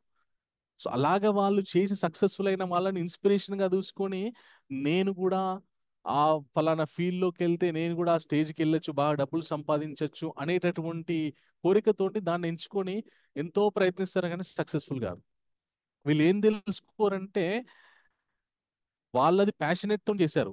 నాకు దాని మీద ప్యాషనెట్ లేదు, నేను డబ్బు మీద ప్యాషనెట్ గా ఉన్నాను. డబ్బు సంపాదించడం అనేటువంటిది నా బేసిక్ కోరిక. ఆ కోరికను నేను పలానా ఆయన చక్కగా మన పెద్ద డాక్టర్, పెద్ద యాక్టర్ ఆయన, ఆ, ఆయనకు ఉన్నటువంటి ఫాలోయింగ్ ని వాళ్ళందరిని చూసి నేను కూడా పొందాలి. నాకు యాక్టింగ్ స్కిల్స్ లేకపోయినా కూడా, యాక్టింగ్ నా స్వభావం కాకపోయినా కూడా ఆయనకు ఉన్నటువంటి ఫాలోవర్స్ ని, ఆయనకు ఉన్నటువంటి ఆస్తిపాస్తులను చూసి నేను అట్రాక్ట్ అయిపోయి నేను కూడా దాన్ని చేయడానికి ట్రై చేసిన అనుకోండి, నాకు అసలు యాక్టింగ్ స్వభావమే కాదు, నాకు బై జెన్యున్లీ నేను యాక్టర్ని కాదు. కానీ అలా ఆయన చూసి ఇన్స్పైర్ అయిన చేసిన అనుకోండి, నేను సక్సెస్ఫుల్ కాలేను. ఎందుకంటే అది నా స్వభావం కాదు కాబట్టి. సో అలాగే భగవంతుడు కూడా మనుషులకి వాళ్ళ స్వభావ రీత్యా వాళ్ళు ఏది పర్ఫెక్ట్ గా చేయగలరో దాన్ని పర్ఫెక్ట్ గా చేస్తూ తనకి సేవ చేయమన్నాడు అనమాట. సో అదే పాయింట్ ని శిల ప్రభుపాద కూడా తీసుకొని చాలా మంది, మీరు ఇస్కాన్ లో చాలా గొప్ప పెయింటింగ్స్ ఉంటాయి. మీరు ఏదన్నా కూడా రాధాకృష్ణ ఫొటోస్ అని గూగుల్లో కొట్టండి, దానిలోకి 100కి 90 పెయింటింగ్స్ ఇస్కాన్ భక్తులు వేసినటువంటివి ఉంటాయి అన్నమాట. కొందరు కొందరు భక్తులు అయితే వాళ్ళకి పెయింటింగ్ మీద ఇంట్రెస్ట్ తోటి వాళ్ళు ఆ భాగవతాన్ని చదివి ఆ యొక్క సన్నివేశాన్ని అర్థం చేసుకొని ఆ సన్నివేశం మీద మెడిటేట్ చేస్తూ చిత్రీకరణ చేశారనమాట పెయింటింగ్స్. ఎందుకంటే వాళ్ళది they are passionate about that. So అందు గురించి శిల వాళ్ళని దాంట్లోనే వినియోగించారన్నమాట. అదే విధంగా అది అది శిలప్రభుపాద ఆ పాయింట్ ఎక్కడి నుంచి తీసుకున్నారంటే భగవద్గీతలో భగవంతుడు చెప్పినటువంటి విషయం అన్నమాట. మనుషులు వాళ్ళ స్వభావరీత్యా వాళ్ళని కొన్ని కేటగిరీస్ లో డివైడ్ చేయబడింది. సో వాళ్ళ ఆ స్వభావానుగుణంగా పనులు చేస్తూనే తనకి దగ్గర అవ్వచ్చు అని భగవంతుడు చెప్తున్నారనమాట ఇక్కడ. అలా చెప్తూ ఆ ఇట్లా చేస్తే కూడా ఆ, నన్ను చేరుకోవచ్చు, నన్ను సిద్ధి పొందొచ్చు అని భగవంతుడు చెప్తాడన్నమాట. తర్వాత చాలా చక్కటి ఈ విషయం ఇందులో ఏం చెప్తారంటే కృష్ణ, ఆ నీకు ఒక అతి రహస్యమైనటువంటి విషయాన్ని చెప్తున్న అర్జున, సర్వగుహ్యాత్మం భూయా శృణు మే పరమం వచః ఇష్టోస్మే దృఢం ఇది తతో వక్ష్యామి తే హితం. నీ హితం కోరి నేను ఒక రహస్యమైనటువంటి విషయాన్ని చెప్తున్నాను, అది విను అని చెప్పి భగవంతుడు ఏం చెప్తారంటే, మన్మనాభవ మద్భక్తో మధ్యాజీ మాం నమస్కురు మామే వైశ్యసి సత్యంతే ప్రతిజానే ప్రియోసిమే అని చెప్తాడనమాట. నా భక్తుడివిగా నా గురించి ప్రయత్నం చెయ్యి, ఇది సత్యం, ఇలా చేయడం వల్ల నువ్వు ధరింపబడతావని చెప్తాడనమాట. అయితే భగవంతుడు ఈ విషయాన్ని చెప్పే కంటే ముందు కూడా అర్జునుడికి ఇంకొక గొప్ప విషయం చెప్తాడనమాట. ఇది అసలుకు ఏ మతంలో కూడా ఈ విషయం గురించినటువంటి చర్చ ఉండదన్నమాట. ఓకే. ఆ విషయం చెప్పిన తర్వాత భగవంతుడు, అర్జునుడు ఆ, వింటూనే ఉంటాడు, అర్జునుడు భగవంతుడు చెప్పింది నమ్ముతూనే ఉంటాడు. అప్పుడు భగవంతుడు అతి రహస్యమైనటువంటి ఈ విషయాన్ని చెప్తాడనమాట. సో ఆ భగవంతుడు ఆ అర్జునుడికి ఇప్పటివరకు చెప్పినటువంటి విషయాలన్నీ చెప్తాడు. చెప్పి చెప్పి చెప్పి భగవంతుడు ఏమంటాడంటే, కృష్ణ ఇతితే జ్ఞానం అజ్ఞాతం గుహ్యాత్ గుహ్యతరం మయ విమృశేతాదశేషేన యథేచ్ఛసి తథాకురు అంటాడనమాట. అర్జున, నీకు ఇప్పటివరకు నేను ఎంతో జ్ఞానాన్ని చెప్పాను, ఎన్నో విషయాలు చెప్పాను, ఇప్పుడు నీవన్నీ విన్నావు కదా, ఇప్పుడు నీకు నచ్చింది నువ్వు చెయ్యి. సింపుల్ అంతే. ఇప్పుడు నేను నీకు చెప్పిన ఇవన్నీ చెప్పిన కాబట్టి, నేను ఇవన్నీ నీకు చెప్పాను కాబట్టి నువ్వు నేను చెప్పిన నేను చెప్పినట్టే చెయ్యాలి అని నేను నిన్ను ఫోర్స్ చేయట్లేదు, డిమాండ్ చేయట్లేదు, ఇన్సిస్ట్ చేయట్లేదు. నీవు ఏం చేస్తావో చెయ్యి. ఆప్షన్ నీ చేతిలో ఉంది. ఇది ఏ ధర్మంలో కూడా ఉండదండి. ఇంత స్వేచ్ఛ కేవలం సనాతన ధర్మంలో మాత్రమే ఉంటుంది. మీరు ఇతర ధర్మాల్లో చూశారనుకోండి, వాళ్ళు ఏది చెప్తే అది చచ్చినట్టు చేయాల్సిందే. అది మంచా చెడా, అది ఆ, స్- వాడికి మంచి జరుగుతుందా లేదా, లేదంటే లోకానికి మంచి జరుగుతుందా లేదా అనవసరం. ఆ పుస్తకంలో ఎట్లుందో అట్లా చేయాలంతే. చంపమంటే చంపాలి, చెరచమంటే స్త్రీలను చెరచమంటే చెరచాలి, ఇంకేమన్నా జంతువుల్ని క్రూరంగా చంపాలంటే చంపాలి, అట్లనే చేయాలి అంతే. అట్లా చేస్తేనే ధర్మం. స్వేచ్ఛ అనేది లేదు. కానీ సనాతన ధర్మంలో ఉన్నటువంటి గొప్ప విషయం ఏంటంటే భక్తుడికి స్వేచ్ఛ. ఇప్పటివరకు చెప్పిన విషయాల్లో ఏది కూడా ఆ చాలా క్రూరమైనటువంటి మానవాళికి నష్టాన్ని కలిగించేటటువంటి విషయం ఒక్కటి కూడా లేదు. ప్రతి అది వాడు ఏ నమ్మకంలో అయినటువంటి వాడైనా కూడా ఈ విషయాల్ని వింటే వాడికి ఉపయోగం ఉంటుంది, అలాగే సమాజానికి కూడా ఉపయోగకరమైనటువంటి విషయాలు మాత్రమే భగవంతుడు చెప్పాడు. చెప్పి కూడా చివరిగా ఏమంటున్నాడంటే నీ ఇష్టం యథేచ్ఛసి తథా కురు, నీకు నచ్చినట్టు నువ్వు చెయ్యి. ఇంత స్వేచ్ఛ ఇవ్వడం వల్ల ఏం జరిగిందంటే అదే అడ్వాంటేజ్ అయిపోయింది, అదే డిసడ్వాంటేజ్ అయిపోయింది మనకి.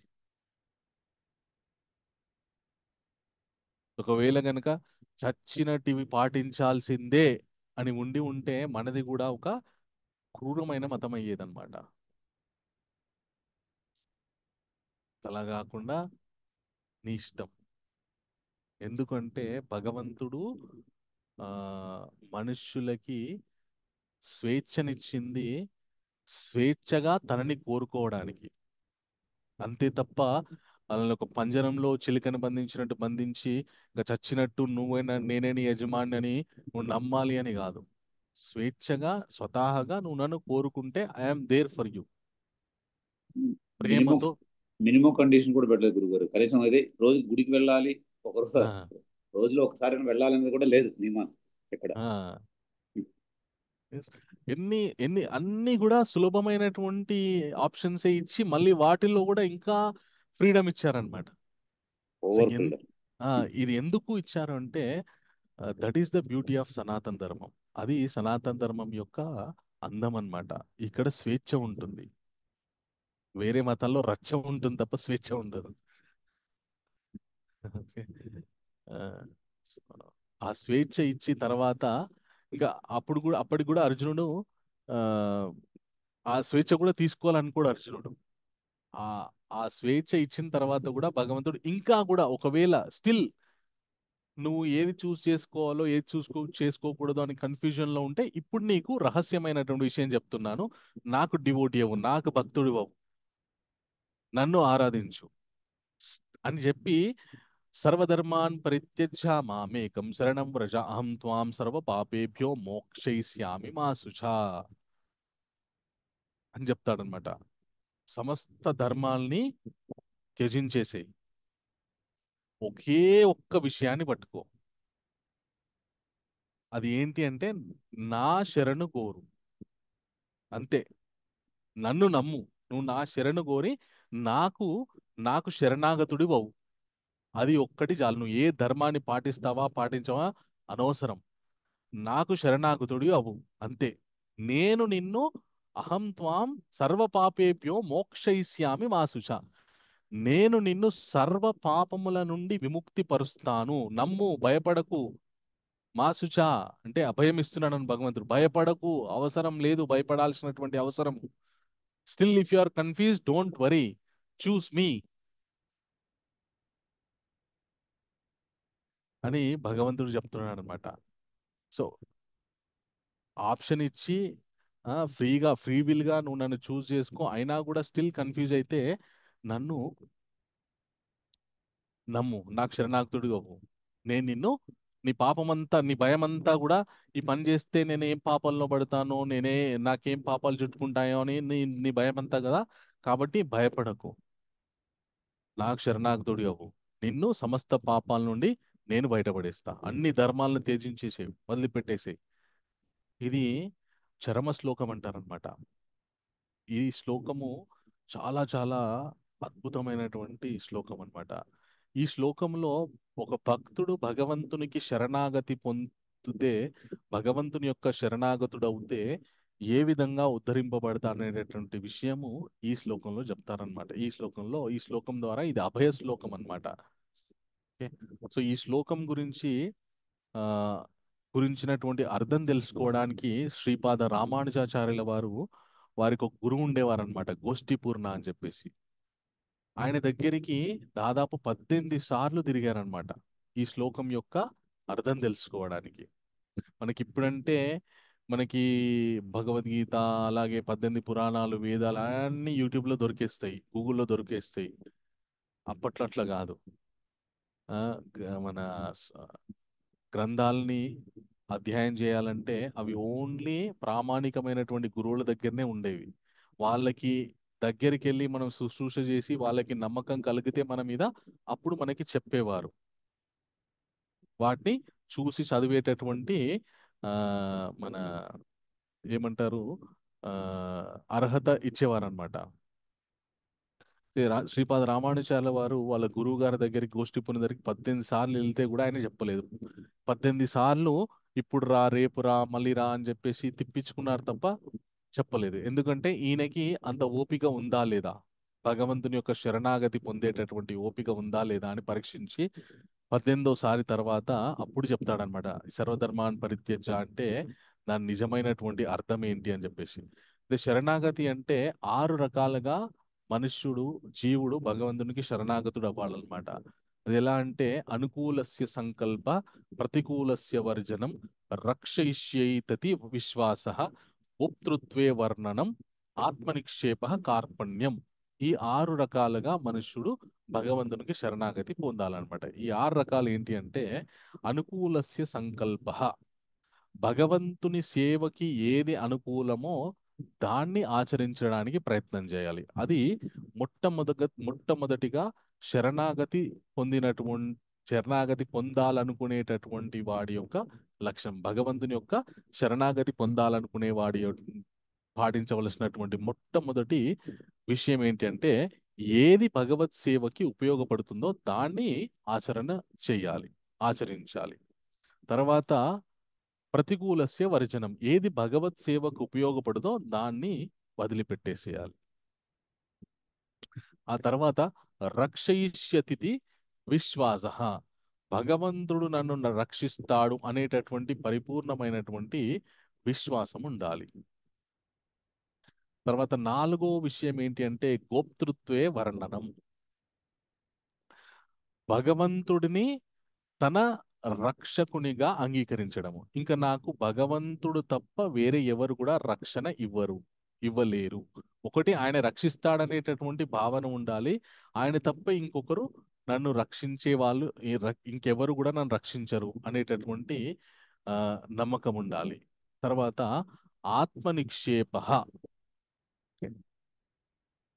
తన ఆత్మను అలాగే శరీరాన్ని ఆ భగవంతుని యొక్క సన్నిధిలో అప్పగించడం, అంటే భగవంతుని యొక్క సన్నిధిలో ఆ జీవించడం అన్నమాట. తర్వాత కార్పణ్యం. ఓకే. తాను స్వతహాగా ఏది చెయ్యలేను, భగవంతుని యొక్క కృప ఉంటేనే అన్ని చేయగలను అని చాలా వినయంగా తెలుసుకోవడం అన్నమాట. ఈ 6 విషయాలు శరణాగతి పొందాలనుకునే వాడికి ఉండవలసినటువంటి లక్షణములు అన్నమాట. ఇవి ఉంటే అప్పుడు అతను వాళ్ళు నిజమైనటువంటి ఆ శరణాగతి తీసుకున్న వాళ్ళు అవుతారు. అయితే ఈ విషయాలన్నీ కూడా శ్రీపాద రామానుజాల వారు అర్థం చేసుకున్న తర్వాత వాళ్ళ గురువు గారు మరి భగవంతుని చేరుకోవాలంటే ఎలా, ఇంకేం చేయాలని చెప్పిస్తే వాళ్ళ గురుగారు ఏం చెప్తారంటే ఆయనకి అష్టాక్షరి మంత్రాన్ని ఉపదేశిస్తారనమాట. ఓం నమో నారాయణాయ నమః అని అష్టాక్షరి మంత్రాన్ని ఉపదేశిస్తారు. ఈ మంత్రం నువ్వు ప్రతినిత్యం జపం చేస్తూ ఉంటే నీకు ఆ, నువ్వు భగ భగవంతుడికి శరణాగతి, ఈ మంత్రం చేస్తూ భగవంతునికి శరణాగతి పొందు అని చెప్పి చెప్తాడనమాట. చెప్పగానే ఆయన చాలా సంతోషించి ఆయన ఇంకా ఆయన శ్రీరంగంలో ఉండేవారు అనమాట, శ్రీరామానుజాచార్యుల వారు. ఆయన వాళ్ళ గురువు గారు నుండి ఆ, ఒక ఇంకో విషయం ఏం చెప్తారంటే వాళ్ళ గురువు గారు, నేను ఈ మంత్రం చెప్పాను కదా, ఇది నువ్వు అందరికీ చెప్పకు, నువ్వు అందరికీ చెప్తే వాళ్ళు వైకుంఠానికి వెళ్తారు, నువ్వు నరకానికి వెళ్తావని చెప్తాడు అనమాట. చెప్పిన తర్వాత రామానుచార వారు వాళ్ళ గురుగారి ఆశ్రమం నుండి వస్తుంటే అక్కడ చాలా మంది సామాన్య జనం ఉంటారన్నమాట. వాళ్ళందరూ కూడా రామానుచార్యులను పట్టుకొని, అయ్యా మీరంటే మీ గురుగారి ద్వారా ఉపదేశం పొంది వైకుంఠానికి వెళ్ళేటటువంటి అర్హత ఆ, పొందడానికి కావలసినటువంటి సాధన మంత్రాన్ని అవన్నీ తెలుసుకున్నారు. మరి మాలాంటి సామాన్యుల జీవితం ఎలాగా, మేము ఇంతేనా, మా బతికింతేనా, మేము ఇంకా భగవంతుని పొందే అవకాశమే లేదా అంటే, రామానుచార్య వారు ఎంతో కృపతోటి మీ అందరూ కూడా భగవంతుని చేరుకునే అవకాశం ఉందని చెప్పి అందరి యొక్క శ్రేయస్సు గురించి వాళ్ళ గురుగారు ఉపదేశించినటువంటి ఓం నమో నారాయణాయ అనే మంత్రాన్ని ఒక గోపురం ఎక్కి వాళ్ళు జాతి మత కుల భేదాన్ని చూడకుండా అందరికి వినబడే విధంగా గట్టిగా అందరికీ ఉపదేశించారనమాట. ఉపదేశించగానే అందరూ కూడా ఆ మంత్రాన్ని విని అందరూ కూడా స్మరించడం జపించడం మొదలు పెట్టారు. ఇది వాళ్ళ గురుగారికి తెలిసి, నువ్వు ఎంత మూర్ఖమైనటువంటి పని చేసావు, నేను నీకు ముందే చెప్పిన ఈ మంత్రము నువ్వు అందరికి ఇస్తే నువ్వు నరకానికి వెళ్తావు, వాళ్ళు వైకుంఠానికి వెళ్తారు అనగానే రామానుచార్య వారు ఏమన్నారంటే, గురుగారు ఇంతమంది వైకుంఠానికి వెళ్తున్నారంటే నేను ఒక్కడి నరకానికి వెళ్తే దానివల్ల పెద్ద నష్టం ఏముంది, ఇంతమంది అయితే వైకుంఠానికి వెళ్తున్నారు కదా, సో వాళ్ళ గురించి నేను ఒక్కడికి నరకానికి వెళ్ళడంలో పెద్ద నష్టమేం లేదు, నాకు అది ఇష్టమే అంటాడు అనమాట. అనగానే వాళ్ళ గురువు గారు కూడా కరిగిపోతాడు అనమాట. ఇదయ్యా నిజమైనటువంటి భక్తుడికి ఉండవలసినటువంటి లక్షణము. ఇది ఒక వైష్ణవుడికి ఉండవలసినటువంటి లక్షణము. వైష్ణవుడికి ఉండవలసినటువంటి లక్షణం ఏంటంటే పరదుఃఖ దుఃఖి పరసుఖ సుఖి. దుఃఖపడుతున్నటువంటి వాళ్ళని చూసి ఈయన దుఃఖపడతాడంట, సుఖపడుతున్నటువంటి వాళ్ళని చూసి ఈయన సుఖపడతాడంట. అంటే ఎటొచ్చి తన చుట్టుపక్కల ఎవరున్నా కూడా వాళ్ళు సుఖంగా ఉండడానికి మాత్రమే ఈయన ఇష్టపడతాడు. అందుకే మనకి ఏ 6వ అధ్యాయంలో ఆత్మౌపమ్యేన సర్వత్రా సమం పశ్యతి యోర్జున సుఖం వా యది వా దుఃఖం సయోగి పరమోమత అని భగవంతుడు చెప్తాడనమాట. అంతటా అందరిలో కూడా ఆ పరమాత్మని చూస్తూ, అందరి యందు ఆ పరమాత్మని యొక్క శక్తిని దర్శనం చేస్తూ ఆ, ఉండేవాడు యోగి. అది ఎప్పుడు సుఖంలో గాని దుఃఖంలో గాని, దుఃఖంలో గాని ప్రతి ఒక్క జీవి యందు పరమాత్మని దర్శనం చేస్తూ ఆ, అందరితోని సఖ్యంగా సమానత్వంతో ఎవరైతే ఉంటాడో అతను సయోగి పరమోమత, అతను గొప్ప యోగి అని నేను నమ్ముతాను అని భగవంతుడు చెప్తున్నారనమాట. అదే రామానుజాచార్య వారు ఆచరించి చూపించారు మనకి. అంటరానితనం అనేటటువంటి ఒక దరిద్రమైనటువంటి ఆచారాన్ని కొందరు స్వార్థపరులైనటువంటి వాళ్ళు లేనిటువంటిని సమాజం మీద రుద్దారనమాట. అది యాక్చువల్గా ఎందుకు అది వచ్చిందంటే, ఒకప్పుడు భారతదేశం చాలా చాలా సమృద్ధిగా ఉండేదంట. అయితే అందరూ మనకి మహాభారతంలో చెప్తారన్నమాట, యుధిష్ఠర్ మహారాజు పరిపాలిస్తున్నటువంటి కాలంలో అన్ని వర్ణాల వాళ్ళకి కూడా శాస్త్ర పరిజ్ఞానం ఉండేదంట. అన్ని వర్ణాల వాళ్ళకి శాస్త్ర పరిజ్ఞానం ఉండి వాళ్ళ కర్తవ్యాలు వాళ్ళు సక్రమంగా నిర్వహించే వాళ్ళంట. కలియుగంకి వచ్చేసరికి కేవలం కొందరికి మాత్రమే శాస్త్రాన్ని అధ్యయనం చేసేటటువంటి అర్హత ఎందుకు ఇచ్చారు? అది అసలు ఇవ్వలేదు. అలా దాన్ని ఒక కుతంత్రం తోటి దాన్ని అలా చేశారనమాట. వీళ్ళంతా కలిసిమెలిసి యూనిటీగా ఉంటే మనం ఈ దేశం మీదకి దండయాత్ర చేయలేము, ఈ దేశాన్ని పరిపాలించలేమని చెప్పేసి మనలో మనకి చిచ్చు పెట్టడానికి ఆ తేడాలని సృష్టించారంట. కొందరు ఎవరైతే మన దేశాన్ని దండయాత్ర చేసి మన దేశాన్ని పరిపాలించాలనుకునే వాళ్ళు అనుకున్న వాళ్ళు అలా చేయడం వల్ల మెల్లమెల్లగా అది ఎక్కడికి దారి తీసిందంటే అంటరానితనంకి దారి తీసింది అనమాట. సో అలాంటి అంటరానితనాన్ని మొట్టమొదట ఈ సమాజం నుండి పారిద్రోలినటువంటి ఆచార్యుడు శ్రీపాద రామానుజాచార్యుల వారు అనమాట. మనకి కొందరు గొప్ప నాయకులు ఉన్నారు, వాళ్ళు అంటరానితనాన్ని నిర్మూలించడానికి కృషి చేశారని అంటారు, కానీ వాళ్ళకంటే ముందే రామానుజాచార్యుల వారు ఎంతో కృషి చేశారు. కానీ ఆయన వెళ్ళిపోయిన తర్వాత మళ్ళీ అది ఒక భూతం లాగా ఈ సమాజాన్ని పట్టి పీడించింది అనమాట. అలాగా ఈ శరణాగతి శ్లోకాన్ని ఇలాగా శరణాగతి చేస్తూ నన్ను పొందొచ్చు అర్జున అని అర్జునునికి ఒక అభయాన్ని ఇస్తాడనమాట భగవంతుడు. ఆ అభయాన్ని ఇచ్చి వెంటనే ఇమ్మీడియట్లీ కృష్ణ ఏం చెప్తాడంటే భగవంతుడు, ఇదం తే నా తపస్కాయ నా భక్తాయ కదాచిన నా చ శుశ్రూషవే వాచ్యం నచ మాం యోభ్యసూయతి. నా మీద సరైనటువంటి నమ్మకము భక్తి లేనటువంటి వాళ్ళకి ఇవి చెప్పకు, అవసరం లేదు, నమ్మరు, టైం వేస్ట్ అని చెప్తున్నాడు అన్నమాట భగవంతుడు. మరి సనాతన ధర్మంలోనే ఎందుకు నాస్తికులు ఉంటారంటే అది సనాతన ధర్మంలో ఉన్నటువంటి స్వేచ్ఛ ఫ్రీ విల్ వల్ల, అలాగే నమ్మకం లేని వాళ్ళని చాలా ఇన్సిస్ట్ చేసి బాగా డిమాండ్ చేసి నమ్మించాలనేటటువంటి ప్రయత్నాలు చేయాలని మన దగ్గర ఉండదన్నమాట అని చెప్పి ఇంకొక చాలా చాలా ముఖ్యమైనటువంటి విషయం చెప్తారనమాట. ఎవరెవరు ఈ విషయం చెప్పే ముందు నాదొక ప్రశ్న. ఎవరెవరు భగవంతుని యొక్క కృప పొందాలని కోరుకుంటున్నారు? హ్యాండ్ రైజ్ చేయండి. వాళ్ళకు ఒక చాలా సులభమైనటువంటి విషయాన్ని భగవంతుడు ఉపదేశించాడనమాట. అది ప్రతి ఒక్కరూ, చిన్న పెద్ద స్త్రీ పురుషులు అందరూ పాటించేటటువంటి విషయం. ఎవరెవరికి భగవంతుని కృప పొందాలని కోరిక ఉంది, సులభంగా మీరు హ్యాండ్ రైజ్ చేయండి అందరూ. కేవలం 6 మంది భక్తులు మాత్రమే హ్యాండ్ రైజ్ చేశారు. అంటే మిగతా వాళ్ళకి లేదా భగవంతుని యొక్క కృప పొందాలని చెప్పి? చాలా సులభంగా. అందుకని గురుజీ మరీ అంత సులభంగా ఉండకూడదని అనుకుంటున్నాను.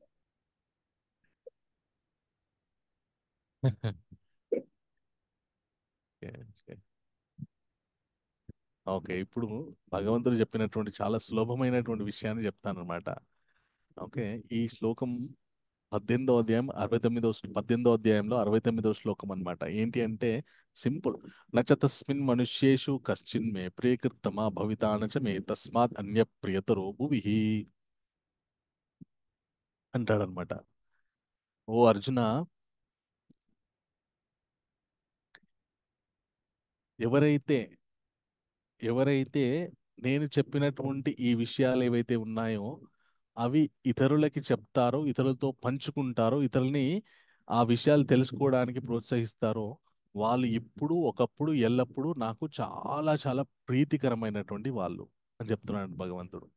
ఇప్పుడు మనకి ఈ ప్రస్తుతం మనకు ఇప్పుడున్నటువంటి టెక్నాలజీ తోటి భగవద్గీత గురించి వినండి బాగుంటుంది అనేటటువంటి విషయాన్ని మనము జస్ట్ ఒక వాట్సాప్ ఫార్వర్డ్ మెసేజ్ ద్వారా 100 మందికి పంపించవచ్చు. సో అలా పంపించిన ప్రతిసారి మనం భగవంతుని యొక్క కృపకి పాత్రులం అవుతాం అన్నమాట. ఈ భగవద్గీత గురించినటువంటి ఇప్పటివరకు చెప్పిన విషయాలంటే అన్ని భగవద్గీతలో అంతర్భాగమే. ఆ విషయాలని ఎవరైతే ఇతరులకి చెప్తారో, ఇతరులని వినమని ప్రోత్సహిస్తారో, నచతస్మిన్ మనుష్యేషు కశ్చిన్ మే ప్రియతమా భవితానచ మే తస్మాత్ అన్య ప్రియతరో భువిః. సో ఇప్పుడు ఒకప్పుడు ఎల్లప్పుడూ నాకు వాళ్ళు ప్రియతరో భువిః. ఈ భువి అందు, ఈ ఆ ఈ భూప్రపంచంలో, ఈ సృష్టిలో వాళ్ళు ఎప్పటికీ నాకు చాలా చాలా ప్రియమైనటువంటి వాళ్ళు అని చెప్తున్నాను అనమాట. సో ఇది మన ఈ విషయాల గురించి మనం ఇతరులకి బహుశా చెప్పలేకపోవచ్చు, కానీ వినమని ప్రోత్సహించవచ్చు. లేదంటే బాగుంటుందని మన అభిప్రాయాన్ని, అట్లీస్ట్ మన అభిప్రాయం చెప్పడం వల్ల కూడా కొందరు ఇన్స్పైర్ అవుతారు. అట్లా కూడా చేయొచ్చు. అట్లీస్ట్ అట్లా చేసినా కూడా భగవంతుని యొక్క కృపకి పాత్రలు అవుతాం అనమాట. సో ఇప్పుడు మీరందరూ ఇక్కడ క్లాస్ వింటున్నారు కదా, మీ అందరికీ వాట్సాప్లో మెసేజెస్ మీకు తెలిసిన వాళ్ళు పంపించారు. పంపిస్తే మీరు ఆ విధంగా జాయిన్ అయ్యి క్లాసెస్ వినడానికి ఆ, జాయిన్ అయ్యారు. సో మీకు తెలిసిన వాళ్ళకి ఎక్కడ వచ్చింది? వాళ్ళకి తెలిసిన వాళ్ళు. ఇలాగ మేము గత 4-5 ఏళ్ళు నుండి ఆన్లైన్లో మేము భగవద్గీత గురించిన ప్రవచనాలు చేస్తున్నాం అన్నమాట. ఇలా ఒకరికి ఇలాగ వస్తూనే ఈ యొక్క ఆ, ఈ భగవద్గీత గురించినటువంటి ఆన్లైన్ క్లాసెస్ గురించి ఇన్ఫర్మేషన్ వెళ్తూనే ఉంది. ఎవరైతే అదృష్టవంతులో వాళ్ళు జాయిన్ అయ్యి వింటున్నారు, విని జ్ఞానాన్ని నేర్చుకుంటున్నారు, అలాగే భగవంతుని కృపని పొందుతున్నారు. అలాగే కొందరు ఇంకొకరికి బోధించే స్థితి కూడా వెళ్తున్నారు. నేను కూడా ఒకప్పుడు వినాలనే కోరిక కుతూహలం ఉంది నాకు కూడా. విన్నాను. వింటూ ఆ, మా గురువు గారి యొక్క ప్రోత్సాహం వల్ల ఆయన మా గురుగారు ఏం చెప్తుండేవారంటే, ఎవరైతే నాకు మాకు భగవద్గీత శిక్షణ ఇచ్చారో ఆయన, Bhagavad Gita read every page, page by page you will become a sage అని చెప్పారనమాట. భగవద్గీతలోని ఒక్కొక్క పేజ్ చదువుతుంటే నువ్వు ఒక మహా ఋషి పురుషుని అవుతావు అని చెప్పారనమాట. సో మీరు భగవద్గీతలోని ప్రతిరోజు ఒక శ్లోకం నేర్చుకోవడానికి ప్రయత్నించినా కూడా 2 సంవత్సరాల్లో మొత్తం భగవద్గీత నేర్చుకోవచ్చని చెప్పారనమాట. నాకు చాలా ఆసక్తిగా అనిపించింది. ఆయన యొక్క సాంగత్యంలో నేర్చుకోవడానికి ప్రయత్నించాను. తర్వాత మా శిక్షణ గురువు గ్రేస్ వరదకృష్ణ ప్రభు వారి యొక్క ఆధ్వర్యంలో, వారి యొక్క ప్రోత్సాహం ద్వారా చాలా చక్కగా నేర్చుకోవడం జరిగింది. చాలా కాలం నేను ప్రతిరోజు 700 శ్లోకాలు పారాయణ చేస్తుండేవాడిని, కంఠస్థం చూడకుండా. ఆ తర్వాత సమయం లేకపోవడం వల్ల ప్రతిరోజు 9 అధ్యాయాలు పారాయణ చేస్తూ ఉండేవాడిని. ఇప్పుడు ఇంకా సమయం తగ్గి అంటే క్లాసెస్ చెప్పడము ఇలాగ సమయం మొత్తం ఆక్యుపై అవ్వడం వల్ల ప్రతిరోజు నేను అట్లీస్ట్ కొన్ని అధ్యాయాలు పారాయణ చేస్తూ ఉంటాను అనమాట. ఇన్నిసార్లు చదివినా కూడా నాకు బోర్ కొట్టలేదు. ఎందుకంటే ఆ జ్ఞానంలో అంత అద్భుతమైనటువంటి ఆకర్షణ, అలాగే ఆ రుచి ఉంది అన్నమాట. సో అలాగా నేను కూడా మీలాగే ఒకప్పుడు నేను కూడా శ్రోతనే, ఇప్పుడు వక్తనయ్యాను మా గురుగారి యొక్క దయ వల్ల.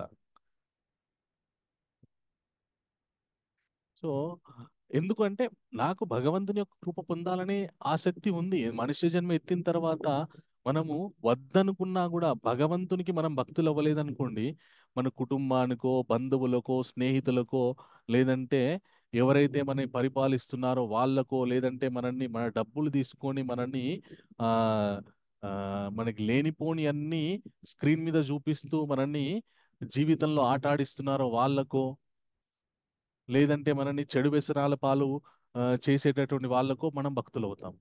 అది మాత్రం ఖచ్చితం, సత్యం అది. అలాంటి వాళ్ళందరికీ భక్తులు అంటే, కుటుంబానికి భక్తులు అంటే ఆ ఇంకా నా పిల్లలు, నా భార్య, నా బంధువులు, వీళ్ళే నా జీవితం, వీళ్ళే నా సర్వస్వం అని మనము వాళ్ళ గురించే మొత్తం జీవితాన్ని ఖర్చు పెడుతూ ఉంటాం. కానీ వాళ్ళు మన మీద ఎంత మేరకి ఎఫెక్షన్ తోటి ఉన్నారో, లేదంటే మనం శరీరాన్ని వదిలిపెట్టిన తర్వాత వాళ్ళు మన శ్రేయస్సు గురించి ఎంతగానం పాటుపడుతున్నారో తెలియదే. సమాజంలో ఎలా ఉంటుంది అంటే, ఒక వ్యక్తి చనిపోయిన తర్వాత ఆయనకి శ్రాద్ధ కర్మలని చేస్తుంటారనమాట. నాకు చాలా ఆశ్చర్యంగా అనిపిస్తుంది అనమాట, నవ్వొస్తుంది. అలాగే ఇంత మూర్ఖంగా ప్రవర్తిస్తున్నారు వీళ్ళని అని అనిపిస్తుంది అనమాట. ఆ శ్రాద్ధ కర్మలు చేసేటటువంటి పని ఎలా చేస్తారంటే, ఆ శరీరాన్ని వదిలిపెట్టినటువంటి వ్యక్తికి నచ్చినయన్ని, ఈ నచ్చిన పదార్థాలని పెట్టకూడని పదార్థాలు పెడతారనమాట. పెట్టి ఏదో ఇంకా ఆయన మీద ప్రేమ ఉందని ఒలకబోస్తుంటారనమాట. ఆయన అంటే మాకు చాలా గౌరవం అని చెప్పేసి. ఇప్పుడు ఆయన ఆత్మ ఉద్ధరణకి ఏది పనికొస్తుందో దాన్ని నివేదించాలి తప్ప, పెట్టకూడని పదార్థాలని నివేదించడం వల్ల ఆయన ఆత్మ ఉద్ధరణ కాదు, ఆత్మ అధోగతి పాలవుతుందన్నమాట. శాస్త్రంలో ఎక్కడ కూడా ఒక శరీరాన్ని వదిలిపెట్టిన వాళ్ళకి ఎలాంటి కర్మలు, ఎలాగ శ్రాద్ధ కర్మలు చేయాలనేటువంటి శాస్త్రం మనకి ఇచ్చింది. కానీ మనం దానికి పాటించం, మన చిత్తానికి ఏ విధంగా నచ్చితే ఆ విధంగా పాటిస్తాం అన్నమాట. ఎందుకంటే ఆయన శ్రేయస్సు కాదు, మనకి సుఖంగా ఉండాలి, ఆ విధంగా చేస్తాం అన్నమాట. అంటే నేను ఇది ఎందుకు చెప్తున్నానంటే, మనం నా కుటుంబం నా బంధువులని మనం అనుకొని వాళ్ళతో మమేకమైపోయి ఉంటాము, ఉండాలి. ఉండకూడదని నా ఉద్దేశం కాదు, ఉండాలి, బాధ్యతాయుతంగా ఉండాలి అంతే తప్ప ఆ ఆ బంధానికే మనం బద్ధులం అయిపోయి, మనం ఎవరము, నిజమైనటువంటి మనస్థితం ఏందో ఆ విషయాన్ని మర్చిపోతే వాళ్ళు మనని ఉద్ధరించరు. ఎప్పుడో ఒకవేళ ఆ వంశంలో ప్రహ్లాదులు లాంటి గొప్ప భక్తుడు పుడితే తప్ప మన ఉద్ధరణ అనేటువంటి జరగదు. అందుకే భగవంతుడు ఉద్ధరేత్ ఆత్మనాత్మానం అన్నాడు. ఎవరిని వాడే ఉద్ధరించుకోవాలని చెప్పాడు భగవంతుడు. ఆ ఎవరిని వాడు ఉద్ధరించుకోవడం అని ఎలా జరుగుతుందంటే, భగవద్ విషయాలను తెలుసుకోవడం వల్ల, భగవంతుని యొక్క జ్ఞానాన్ని, భగవంతునితో మన సంబంధాన్ని దృఢపరచుకోవడం వల్ల. అలా అలాగా మనకి ఏ, మన యొక్క ఉద్ధరణ జరుగుతుందన్నమాట. అందుకే భగవంతుడు ఇంత గొప్ప ఫలితాన్ని చాలా సులభంగా పొందడానికి వీలైతే నలుగురికి చెప్పు, లేదా వీలైతే నలుగురిని ప్రోత్సహించు, వీలైతే నలుగురికి ఈ విషయం తెలిసే విధంగా ప్రచారం చేయి అని చెప్పారన్నమాట. ఇప్పుడు ప్రచారం అనేటువంటిది చాలా సింపుల్. మన వాట్సాప్లో స్టేటస్ పెట్టుకుంటే చాలు, మన బంధువులు శత్రువులు అందరూ చూస్తారు ఆ విషయాన్ని. ఓకే. సో అని భగవంతుడు చెప్తాడు అనమాట. చెప్పి అప్పుడు భగవంతుడు అర్జున్ ఒక ప్రశ్న అడుగుతాడు అనమాట. కశ్చిదేత శృతం పార్థ త్వయా త్వయైకాగ్రేణ చేతస కశ్చిద్ జ్ఞాన సమ్మోహ ప్రణష్టస్తే ధనుంజయ. మరి ఇంతగానం విన్నావు కదా అర్జున, ఇప్పుడన్నా నీకున్నటువంటి మోహం తొలగిపోయిందా, ఏం తెలుసుకున్నావు అని క్వశ్చన్ అడుగుతాడు అనమాట కృష్ణ. అడగానే అర్జున్ ఏమంటాడంటే, ఇంకా ఎట్మోస్ట్ కాన్ఫిడెన్స్ తోటి, ఇంకా ఎట్లాగైతే ఒక బంతిని మీరు కింద కొట్టారనుకోండి, ఎంత ఎంత స్పీడ్ గా బంతిని కింద కొడితే అంతే స్పీడ్ గా పైకి ఎట్లా బౌన్స్ అవుతుందో ఆ బాల్, అదే విధంగా అర్జునుడు కింద పడిపోయినటువంటి వ్యక్తి స్పీడ్ తోటి, మన 100 200 1000 స్పీడ్ తోటి కాన్ఫిడెంట్ గా అర్జునుడు ఏమన్నాడంటే, నష్టామోహం స్మృతిర్లబ్ధా త్వాత్ ప్రసాదాన్మయుచ్యుత స్థితోస్మి గత సందేహ కరిష్యే వచనం తవా. మీరు చెప్పినటువంటి మాటలు వినడం వల్ల కృష్ణ నా లోపల ఉన్నటువంటి మోహం మొత్తం నష్టమైపోయింది, మోహం మొత్తం తొలగిపోయింది. నష్టామోహం స్మృతిర్లబ్ధ, ఇప్పుడు నాకు ఏం చెయ్యాలనేటటువంటి స్మృతి, ఆ, మన విచక్షణ జ్ఞానం లభించింది. తాత్ప్రసాదాన్మయచ్యుత, ఓ అచ్యుత, మీరు ప్రసాదించినటువంటి ఈ గొప్ప జ్ఞానము నన్ను ఎలాంటి సందేహాలు లేనటువంటి గొప్ప స్థితికి నన్ను తీసుకెళ్ళింది అని చెప్తాడనమాట. ఇది నిజంగానే జరిగింది అర్జునుడికి. ఒక ఆశ్చర్యకరమైన విషయం తెలుసా, మొత్తం కురుక్షేత్ర యుద్ధం అయిపోయిన తర్వాత అశ్వత్థామ ఏం చేస్తాడంటే, శివుడికి తపస్సు చేసి ఒక రథాన్ని ఇంకొక ఖడ్గాన్ని పొందుతాడనమాట. పొంది ఆ ఏం చేస్తాడంటే, పాండవుల యొక్క కుమారులు ఉంటారు కదా, ప్రతి ధర్మరాజుకి, అలాగే అర్జునుడికి, భీముడికి, ఈ ఐదుగురి ద్వారా ద్రౌపదికి ఈ ఐదుగురికి కలిసి ఒక్కొక్క పుత్రుడు జన్మిస్తాడనమాట. ఉప ఉప పాండవులు ఉంటారు. ఉప పాండవులు. ఓకే. సో వీళ్ళని నిద్రలోనే చంపేస్తాడు అశ్వత్థామ. ఆ ద్రౌపది దేవి నెత్తి కొట్టుకుంటది, అయ్యో నా పుత్రులు నా పుత్రులు అని చెప్పేసి. ఎవరు చేసిరంటే అశ్వత్థామ చేసిండని తెలుసుకుంటారు అనమాట. తెలుసుకోగానే అర్జునుడు, కృష్ణుడు వెళ్ళి రథం మీద వెళ్ళి ఆ మన అశ్వత్థామని తీసుకొస్తాడు అనమాట. తీసుకొచ్చి ఇంకా చంపేద్దామని ఆ అనుకుంటుంటే, అప్పుడు ద్రౌపదేవి అంటదనమాట, ఆల్రెడీ నేను ఒక తల్లిని, బిడ్డలు పోయి ఏడుస్తున్నాను, మీ గురుపత్ని కృపి, ఈ అశ్వత్థామ తల్లి, ఇతన్ని చంపడం వల్ల ఆమెను కూడా ఎందుకు దుఃఖాల పాలు చేస్తారు, చంపకండి అంటుందన్నమాట. అనగానే భీముడు అంటాడనమాట, ఏమనంటే, ఈవిడకి పిల్లలు చనిపోయినటువంటి బాధలో ఏం మాట్లాడుతుందో తెలియట్లేదు, పిచ్చిదైపోయింది, ఇంత దుర్మార్గుణ్ణి చంపకుండా ఎట్లా వదిలేస్తాను, చంపి పడేయండి అని చెప్తారనమాట. చెప్పగానే కృష్ణుడు అర్జున్తో అంటాడనమాట, యాక్చువల్గా చంపే చం చావే ఆయనకి కరెక్ట్ శిక్ష. కానీ ఆ కృష్ణుడు అర్జునుడికి చెప్తాడనమాట, అవును ద్రౌపది చెప్పింది కరెక్టే, ఇప్పుడు ఏం చేయాలనో అది నువ్వు చేయంటాడనమాట. అర్జునుడు చంపడు, చంపిందంత పని చేస్తాడనమాట. గుండు గీసి అతని శిరస్సు మీద ఒక చక్కటి మణి ఉంటదన్నమాట, తేజవంతమైనటువంటి ఆ మణిని లాగేసుకొని వదిలేస్తాడనమాట. అంటే చంపడు, చంపినంత పని చేస్తాడనమాట. అతని యొక్క ఆవేశాన్ని, ఆగ్రహాన్ని ఓర్చుకుంటాడనమాట. జ్ఞాని చేయవలసింది కూడా కాదు, జ్ఞాని చేయవలసినటువంటి పని కూడా అదే అన్నమాట. ఒకవేళ మనకి నిజ జీవితంలో ఎవరైనా మనని ఇబ్బంది పెట్టే వాళ్ళు ఉన్నారనుకోండి, మనము వాళ్ళ నాశనం కోరుకోకూడదు. కానీ వాళ్ళు రియలైజ్ అయ్యే విధంగా మనము వాళ్ళని ఈ, వాళ్ళకి బుద్ధి చెప్పాలి. అప్పుడు వాళ్ళు బాగుపడతారు, మన పని కూడా జరుగుతుంది. అది ఒక జ్ఞానికి ఉండవలసినటువంటి క్వాలిటీ, గుణము, క్యారెక్టరిస్టిక్. అది అర్జునుడికి వచ్చిందన్నమాట. అందుకే అర్జునుడు అంత స్పీడ్గా నష్టామోహం స్మృతిర్లబ్ధ, నా మోహం మొత్తం నష్టమైపోయింది, ఇప్పుడు నాకు జ్ఞానం లభించింది, మ్, మీరు ప్రసాదించినటువంటి ఈ జ్ఞానం వల్ల ఓ అచ్యుత అని అంటాడనమాట. అని అప్పుడు ఈ మొత్తం సంభాషణని సంజయుడు మళ్ళా ఆ, ధృతరాష్ట్ర మహారాజుకి చెప్తాడనమాట. ఓ ధృతరాష్ట్ర మహారాజా, అద్భుతమైనటువంటి సంభాషణ జరిగింది వీళ్ళిద్దరి మధ్యలో, కృష్ణార్జునుల మధ్యలో.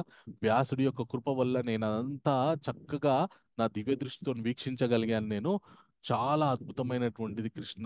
ఓ ధృతరాష్ట్ర మహారాజా, చివరిగా నువ్వు వినవు గాని నీకు ఒక విషయం చెప్తా వినని. ఎత్ర యోగేశ్వర కృష్ణు ఎత్ర పార్థో ధనుర్ధర తత్ర శ్రీ విజయోభూతిర్ ధ్రువ నీతిర్మతిర్మమ అంటాడనమాట. ఎక్కడెక్కడ కృష్ణార్జునులు ఉంటారో అక్కడక్కడ విజయం తథ్యం. నీ కొడుకు ఓడిపోవడం సావడం తథ్యం అని చెప్పినా కూడా ఆయన వినడనమాట. మా అబ్బాయి ఏం చేస్తున్నాడు అని అడుగుతాడు. సో అట్లా దేహ బంధువుల మీద మమకారం పెట్టుకుంటే అలా ఉంటదన్నమాట. ఎన్ని చెప్పు మళ్ళీ అదే. ఎందుకు భగవంతుడు నా భక్తులు అవ్వాలి అనే దాని వెనకాల చాలా పెద్ద లాజిక్ ఉందండి. అది మన శ్రేయస్సు గురించే.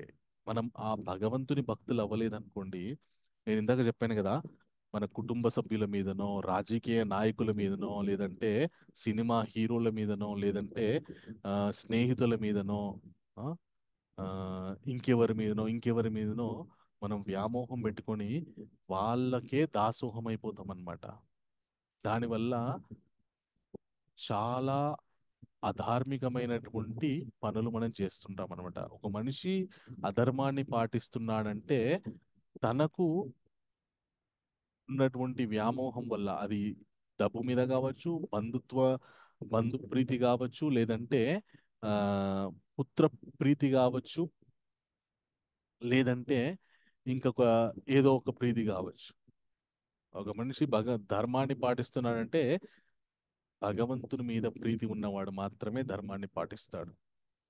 నేను అధర్మాన్ని పాటిస్తే భగవంతునికి నేను జవాబు చెప్పుకోలేను, నేను భగవంతుని చేరుకోలేను అనేటటువంటి నమ్మకం ఎవరు ఉంటుందో వాడు మాత్రం అధర్మాన్ని పాటించాడు అనమాట. మనం ధర్మంగా ఉండడానికి, అలాగే మనం మనుష్య జన్మ ఎత్తిన తర్వాత ఆ భగవంతుని చేరుకోవడానికి మనం చేయవలసినటువంటి ప్రయత్నం ప్రతినిత్యం గుర్తుంటది. కాబట్టి సాధ్యమైనంత వరకు మనము అధర్మానికి పాల్పడకుండా ధర్మంగానే బ్రతకడానికి మనము ఇష్టపడతాం అన్నమాట. సో అందుకు భక్తిని కావాలి. ఇది ఎంతో భగవద్గీత ద్వారా మనకి సనాతన ధర్మంలో ఉన్నటువంటి ఆధ్యాత్మిక పద్ధతులన్నీ గురించి చెప్తాడు భగవంతుడు. మనుష్యుడు తెలుసుకోవాల్సినటువంటి విషయాల గురించి చెప్తాడు భగవంతుడు. అలాగే కేవలం తన కర్తవ్యం చేయడం ద్వారానే తాను ఎలా బంధ విముక్తుడు అవుతాడనేటటువంటి విషయాన్ని చెప్తాడు భగవంతుడు. మళ్ళీ అవన్నీ చాలా సులభంగా ఏ విధమైనటువంటి జ్ఞానంతో పాటించచ్చో చెప్తాడు భగవంతుడు.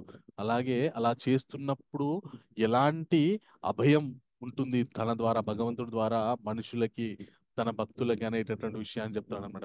ఇదొక చాలా చాలా ప్రోత్సాహకరమైనటువంటి విజ్ఞానం ఇది మనుషులకి.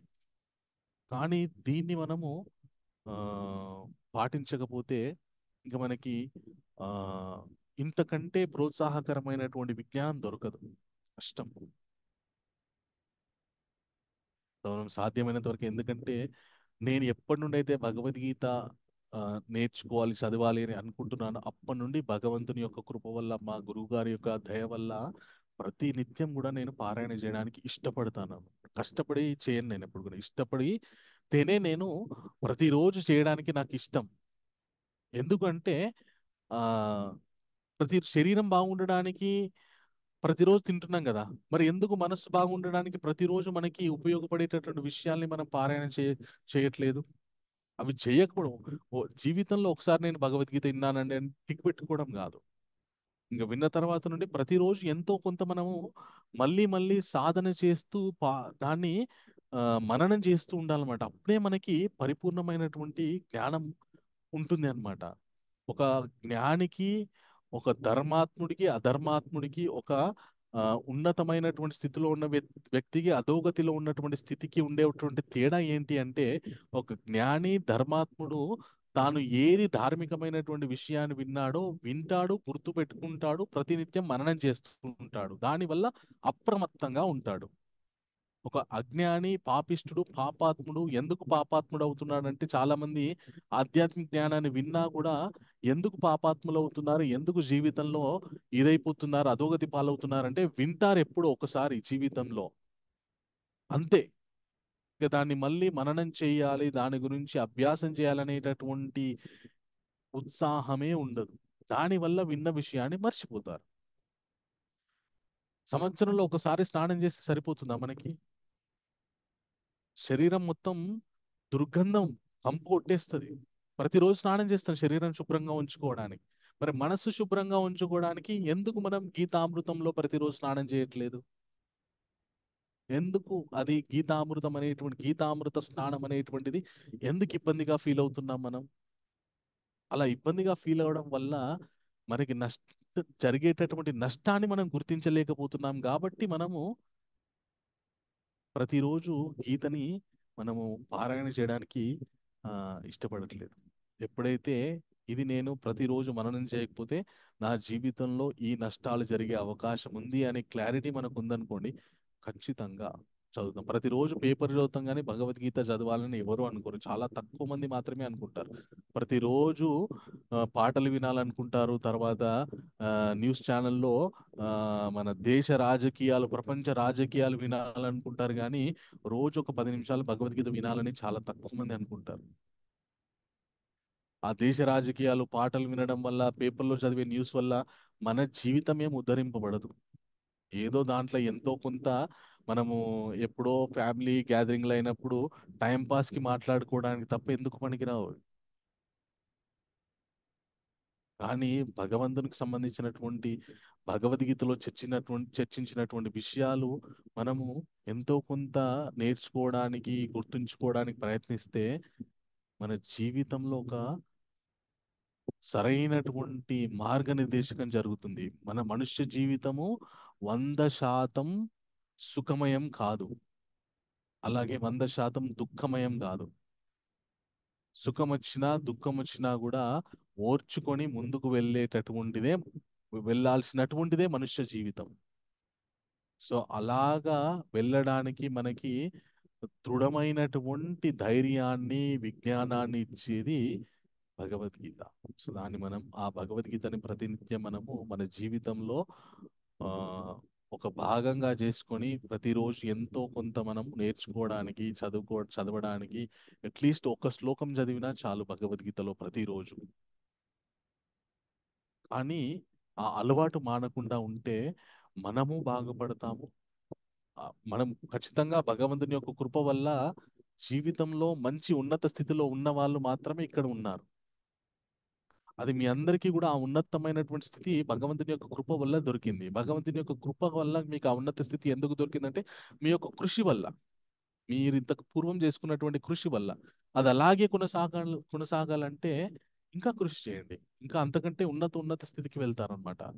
సో అలా కాకుండా మనం భగవద్ విషయాల్ని మన జీవితంలో ప్రతిరోజు మననం చేయకుండా ఉన్నామనుకోండి, చెప్పలేము. క్రమ కాలక్రమేణా ఏం జరుగుతుందంటే మెల్లమెల్లగా మన సాంగత్యాల వల్ల మనం తప్పు త్రోవ పట్టే అవకాశం ఉంటుంది. ఈ జగత్తులో, ఈ సృష్టిలో బాగుపడు అని చెప్పేవారు ఒకరుంటే, పాడవు, నాశనము అని చెప్పేవాళ్ళు 100 మంది ఉంటారు. 100కి 99 మంది మనల్ని తప్పుదో పట్టించే వాళ్ళే ఉంటారు. ఎవడో ఒక్కడు మాత్రమే మనల్ని మంచి దారిలో పెట్టేవాడు ఉంటాడనమాట. మన మంచి దారి పెట్టే వాళ్ళ సంఖ్య చాలా తక్కువ కాబట్టి మన గురించి మనమే కేర్ తీసుకొని మంచి దారిలో వెళ్ళడానికి మనం ప్రయత్నం చేయాలి. మీరందరూ కూడా ఈ విషయాన్ని అర్థం చేసుకొని మీరు కూడా ప్రతిరోజు భగవద్గీత వినాలని, చదవాలని, నేర్చుకోవాలని ఆకాంక్షిస్తారని నేను కోరుకుంటున్నాను. సో మేము కూడా ఎంతో గొప్ప సంకల్పంతో సమాజానికి మా యొక్క సేవ అందించాలనేటటువంటి ఉద్దేశంతో ఫ్రీగా ఈ ఆన్లైన్ క్లాసెస్ చేస్తుంటాము. అలాగే దీనికి కొనసాగింపుగా మేము ఎవరెవరైతే ఇంకా సీరియస్గా భగవద్గీత గురించి, నేను ఇప్పుడు 18వ అధ్యాయంలో 78 శ్లోకాలు ఉన్నాయి. నేను చాలా చాలా స్కిప్ చేసి తగ్గించి కొన్ని ముఖ్యమైనటువంటి జనరల్ శ్లోకాలు నేను చెప్పడం జరిగిందనమాట. ఎందుకంటే సమయం సరిపోదు. మనకున్న గంట 2 గంటల్లో డీటెయిల్గా అర్థం చేసుకోవాలంటే ఆ, అంత సమయం సరిపోదన్నమాట. సో మేము ఏం చేస్తామంటే డీటెయిల్డ్ గీత గీతామృత ఆస్వాదన అని ఒక ప్రోగ్రాం ఉంటుంది అనమాట. మాది ప్రతిరోజు కూడా ప్రొద్దున 6:15కి మేము గీతామృతం అని ఒక కార్యక్రమాన్ని నిర్వహిస్తాం అనమాట, ఆన్లైన్ జూమ్లో. ప్రతిరోజు కొంతమంది మీలాగే భగవద్గీత ఆన్లైన్లో క్లాసెస్ విని, ఇంకా మేము సీరియస్గా డీటెయిల్గా నేర్చుకోవాలి అనే సంకల్పం ఉన్న వారందరూ కూడా ఆ, ఇలాగా 18 డేస్ గీత బ్యాచ్ నుండి ఫిల్టర్ అయిన వాళ్ళు ఎవ్రీడే ప్రతిరోజు ఉదయం 6:15కి మేమందరం కలుసుకుంటాం అనమాట. 6:15కి ఒక మాల హరినామ జపం చేస్తాము. తర్వాత 6:30 నుంచి భగవద్గీత మీద ఒక 30 గంట ప్రవచనం ఉంటుందన్నమాట. అంటే భగవద్గీతలో శ్లోక బై శ్లోక ప్రతి ఒక్క శ్లోకం గురించి వివరణ ఉంటుంది అన్నమాట. ఇప్పుడు అలాగా మొదలుపెట్టి చాలా కాలమైంది. ఇప్పుడు 6వ అధ్యాయంలో ఉన్నాం. సో మొన్న నేను ప్రతి మంగళవారము నేను క్లాస్ చెప్తాను అనమాట. నాలాగే ఇంకా నాతో పాటు ఆ, మ్, ఇంకా కొందరు భక్తులు ఉన్నారనమాట. నాకంటే కూడా చక్కగా ప్రవచనం చేసే భక్తులు ఉన్నారనమాట. సో అందరూ కూడా ఆ, వాళ్ళ వాళ్ళ ప్రొఫెషన్స్ వాళ్ళకు ఉన్నాయి. ఆ, ఆ, సో వాళ్ళు, నేను అలాగే ఇంకొక నలుగురు భక్తులు, ఇద్దరు మాతాజీస్ కూడా ఉంటారన్నమాట. అందులో ఒక మాతాజీ అయితే చాలా ఆశ్చర్యకరంగా ఆమె భగవద్గీత ప్రవచనం చెప్పడం మొదలుపెట్టింది అనమాట. ఆవిడ యాక్చువల్గా మేము ఒక 3 ఇయర్స్ 2 2 ఇయర్స్ 3 ఇయర్స్ బ్యాక్ మేము పిల్లల గురించి అని ఆన్లైన్లో భగవద్గీత నేర్పించే కార్యక్రమం సమ్మర్ క్యాంప్ అని పెట్టామన్నమాట. వాళ్ళ అమ్మాయిని ఆ సమ్మర్ క్యాంప్లో జాయిన్ చేసిందనమాట, శ్లోకాలు నేర్పిస్తారని చెప్పి. వాళ్ళ అమ్మాయితో పాటు ఈమె వింటూ వింటూ ఈమె కూడా డివోటీ అయిపోయి, ఈమె కూడా సీరియస్గా క్లాసెస్ వింటూ వింటూ ఇప్పుడు ఆవిడ ఓ 10 మందికి చెప్పేటటువంటి స్టేజ్కి వెళ్ళింది అనమాట, ఒక మాతాజీ. అట్లాగా ఒక ఇద్దరు మాతాజీస్ అలాగే ఇద్దరు ప్రభుజీస్, ఆ, మొత్తం కలిపి ఒక 5 మందిని కలిపి ఆ ఉదయం సెషన్ని నడిపిస్తామన్నమాట. 6:15 టు 7:15 ఉంటుంది ఆ సెషన్. ఆ తర్వాత మళ్ళీ 11 గంటలకు కూడా ఎవరైతే గృహిణీలు ఉంటారో, హౌస్ వైఫ్స్ ఉంటారో వాళ్ళ గురించిన ఒక కార్యక్రమం ఉంటుంది. అలాగే సాయంకాలం 8 గంటలకి శ్లోకాలు నేర్పించే జస్ట్ బేసిక్ క్లాసెస్ ఉంటాయన్నమాట. బట్ 6:15కి ఏదైతే క్లాస్ ఉందో దాంట్లో డీటెయిల్డ్ సీరియస్ స్టడీ ఉంటుంది భగవద్గీత మీద.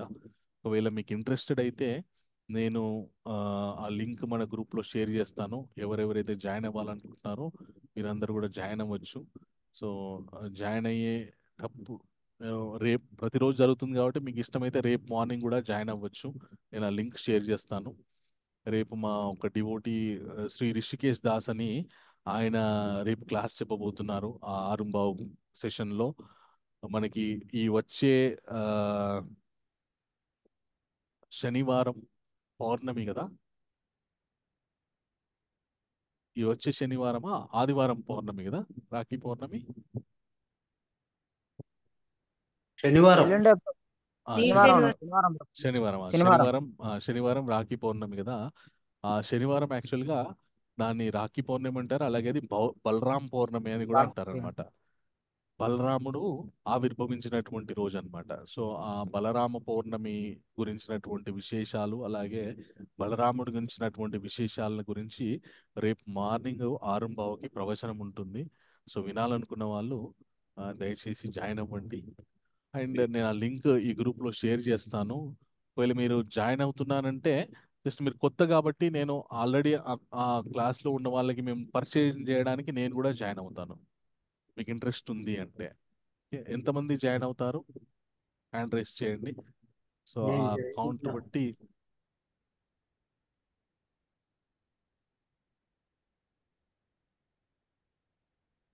సో ఎంతమంది జాయిన్ అవ్వాలనుకో. ఓకే ఈవినింగ్ ఉందా ప్రభుజీ? ఈవినింగ్ అయితే మార్నింగ్ మా యోగా నడుస్తుంది. Okay okay. Evening evening 8 o'clock ఉంది కానీ అది బేసిక్ సెషన్ అనమాట, జస్ట్ శ్లోకాస్ అవి నేర్పిస్తుంటారు. ఓకే ఓకే, నేను లింక్ అయితే పెడతాను, మీరు జాయిన్ అవ్వండి. ఓకే నేను ఈవినింగ్ జాయిన్ అవుతాం ప్రభుజీ. Okay Prabhu. అండ్ నేను అలాగే ఈ సెషన్స్ నేను ఇప్పుడు మనం అందరము 18 రోజులు విన్నారు కాబట్టి ఈవినింగ్ కూడా నేను ఎవ్రీ ఫ్రైడే అట్లా క్లాస్ తీసుకుంటూ ఉంటాను. రైట్ సో ఎందుకంటే మళ్ళీ 18 డేస్ వస్తే మళ్ళీ దాంట్లో ఆక్యుపై అయ్యే అవకాశం ఉంటుంది. సో ఈవినింగ్ క్లాసెస్లో ఈవినింగ్ 8 o'clock ఎవ్రీ ఫ్రైడే నేను క్లాస్ తీసుకుంటాను. అదే మార్నింగ్ అయితే ఎవ్రీ ట్యూస్డే నేను క్లాస్ తీసుకుంటాను. ఒకవేళ 18 days అయితే అప్పుడప్పుడు నేను తీసుకుంటాను, అప్పుడప్పుడు మా ఇంకో డివోటీ తీసుకుంటారు. అట్లా ఉంటుందన్నమాట. సో దీని తర్వాత కూడా కొనసాగింపు ఎక్స్టెండెడ్ సెషన్స్ ఉంటాయన్నమాట. జస్ట్ మనం ఓన్లీ ఆధ్యాత్మిక జ్ఞానంలో బేసిక్ విషయాలు తెలుసుకున్నాము. ఇంకా మనకి ఫుల్ క్లారిటీ రావడానికి చాలా విషయాలు తెలుసుకోవాల్సినటువంటి అవసరం ఉంది. సో మీ ఇంట్రెస్ట్ బట్టి ఆయా కార్యక్రమాలు మేము నిర్వహిస్తూ ఉంటాం అనమాట. అండ్ ఎనీ టైం మీరు నాకు టచ్లో ఉండొచ్చు. ఓకే. సో నా ఫోన్ నెంబర్ నేను మొన్న షేర్ చేశాను గ్రూప్లో కూడా. మీరు ఉన్నటువంటి గ్రూప్లో కూడా నా ఫోన్ నెంబర్ ఉంటుంది. ఓకే. సో ఎనీ టైం మీకు ఏ డౌట్ ఉన్నా కూడా నన్ను కాల్ చేసి అడగవచ్చు. మీకు ఇంకా ఆ, అంటే మీరు మిగతా క్లాసెస్లో జాయిన్ అవ్వమని నేను రిక్వెస్ట్ చేస్తున్నాను. జాయిన్ అయినా కూడా if you are not satisfied మీరు నాకు చెప్తే I will take extended classes specially for you. So అది నేను చెప్పాలనుకున్నాను. ఇది 18వ అధ్యాయానికి ఒక చక్కటి ఫలశ్రుతి ఉంది. అది తెలుసుకుందాం మనము. లేదా ఒకసారి ఒకసారి మనకి ఇంద్ర సభ జరుగుతుందన్నమాట. ఇంద్ర సభ జరుగుతున్నప్పుడు అమరావతిలో ఇంద్ర సభ జరుగుతూ ఉంటుంది. జరుగుతూ ఉంటే హఠాత్తుగా ఇంద్రుడు తన ఆసనం నుండి ఎగిరి దూరంలో ఎవరో వెనకాల నుండి తంతే ఎగిరి అక్కడ పడ్డట్టు తన సింహాసనం నుండి ఎగిరి పడిపోతాడు అనమాట దూరంగా. పడిపోయంగానే అరే నేను ఎందుకు పడ్డాను ఇంత దూరం అని ఇట్లా చూసుకుంటున్నంత సేపట్ల ఆయన సింహాసనంలో వేరే ఒకతను వచ్చి కూర్చుంటాడు అనమాట. ఇంద్రుడు ఆశ్చర్యపోతాడు. ఆయన దిమ్మ దిగిరి తిరిగిపోతుంది. తిరిగిపోగానే ఇదేంది ఇట్లా జరిగిపోయింది, ఇది అసలు ఇంకా నా నా టెన్యూర్ అయిపోలేదు కదా. ఎలాగైతే రాజకీయ నాయకులకి 5 years టెన్యూర్ ఉంటుందో అట్లా ఇంద్రుడు కూడా 10 year ఉంటుంది అనమాట. ఇంకా నా టెన్యూర్ అయిపోలేదు కదా, ఇంత గొప్ప తపస్సు ఈయన ఏం చేసిండు, ఇంత గొప్ప పుణ్యం ఈయన ఏం చేసిండు, ఈయన ఎట్లా కూర్చోపెట్టి ఇంద్ర పదవి మీద అని చెప్పేసి ఆయన ఏం చేస్తాడంటే బ్రహ్మ దగ్గరికి వెళ్తాడు. బ్రహ్మ దగ్గరికి వెళ్ళి ఆ స్వామి ఇట్లా జరిగింది, ఎవరో ఒకతను వచ్చి నా సింహాసనంలో కూర్చున్నాడు, అసలుకి ఆయన ఏం చేశాడు, ఏం పుణ్యం చేశాడని ఆయన ఇంద్ర పదవి మీద కూర్చోబెట్టడానికి అర్హుని చేశారు మీరు. ఆ, నాకు ఒక మాట కూడా చెప్పలేదు, ఆయన ఎక్కడ తపస్సు చేసుకుంటున్నాడు కూడా చెప్పలేదు. తెలిస్తే నేను ఎలాగోలా భంగం చేయడానికి ఇద్దరు అప్సరస్ని పంపించేవాడిని. ఆ, నాకు అవకాశం కూడా ఇవ్వలేదు మీరు, ఇట్లా హఠాత్తుగా చేస్తే ఎట్లా అని బ్రహ్మ దగ్గర ఆయన బాధని వెళ్ళబుచ్చుకుంటాడు. బ్రహ్మ ఏమంటాడంటే ఒరే, ఆయన ఎలాంటి కఠోరమైనటువంటి తపస్సు చేయలేదు. ప్రతిరోజు భగవద్గీతలో ఒక 5 శ్లోకాలు చదివిండు ఆయన. 18వ అధ్యాయంలో మోక్ష సన్యాస యోగంలో ప్రతిరోజు తప్పకుండా ఒక 5 శ్లోకాలు మాత్రమే చదివిండు ఆయన. అలా ప్రతిరోజు చదవడం వల్ల ఇంద్ర పదవి వచ్చింది ఆయనకి అంటాడనమాట.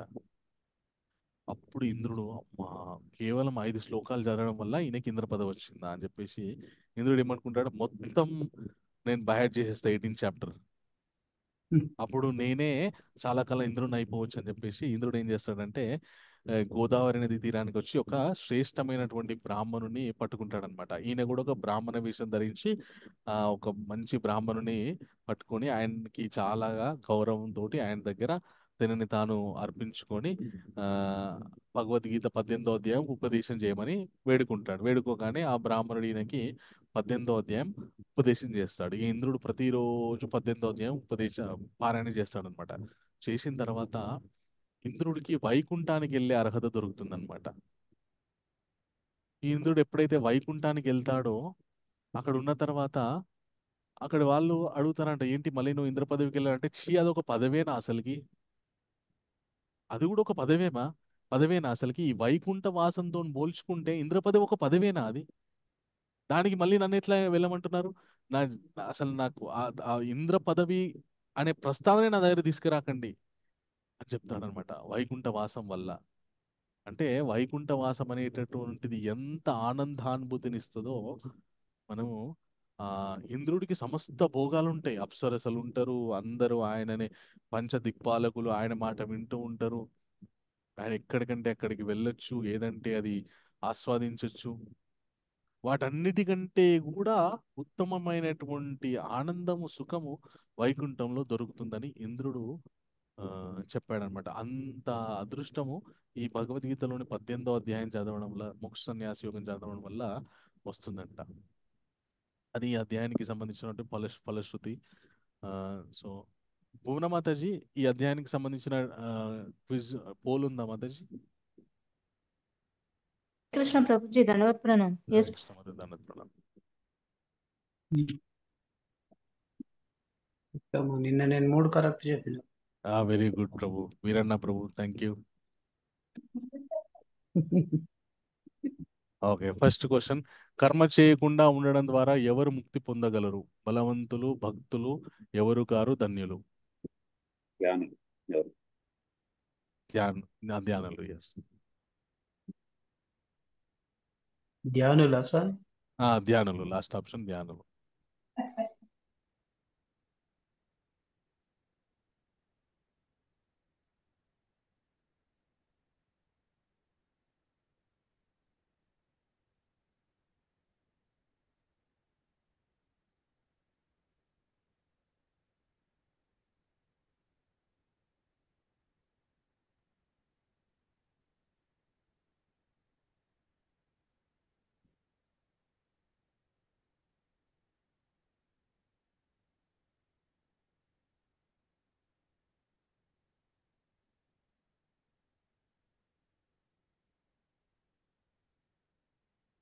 కరెక్ట్ ఆప్షన్ ధ్యానులు ప్రభుజీ. థ్యాంక్ యూ మాతాజీ. Next question.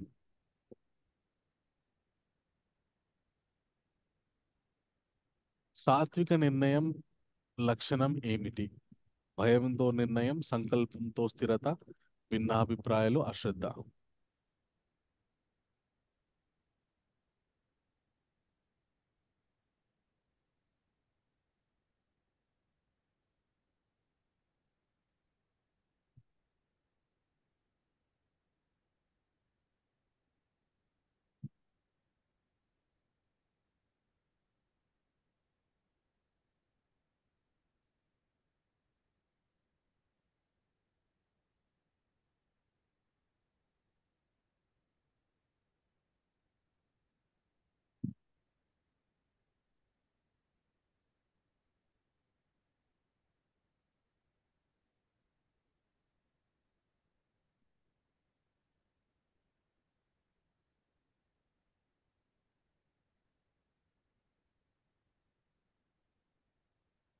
సంకల్పంలో స్థిరత. Correct answer. ఓకే, అందరూ కరెక్ట్ పెట్టారు. Thank you very much. Next question Mataji.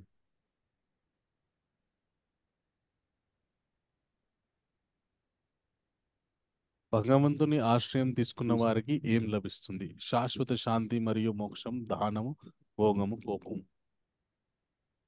4 options.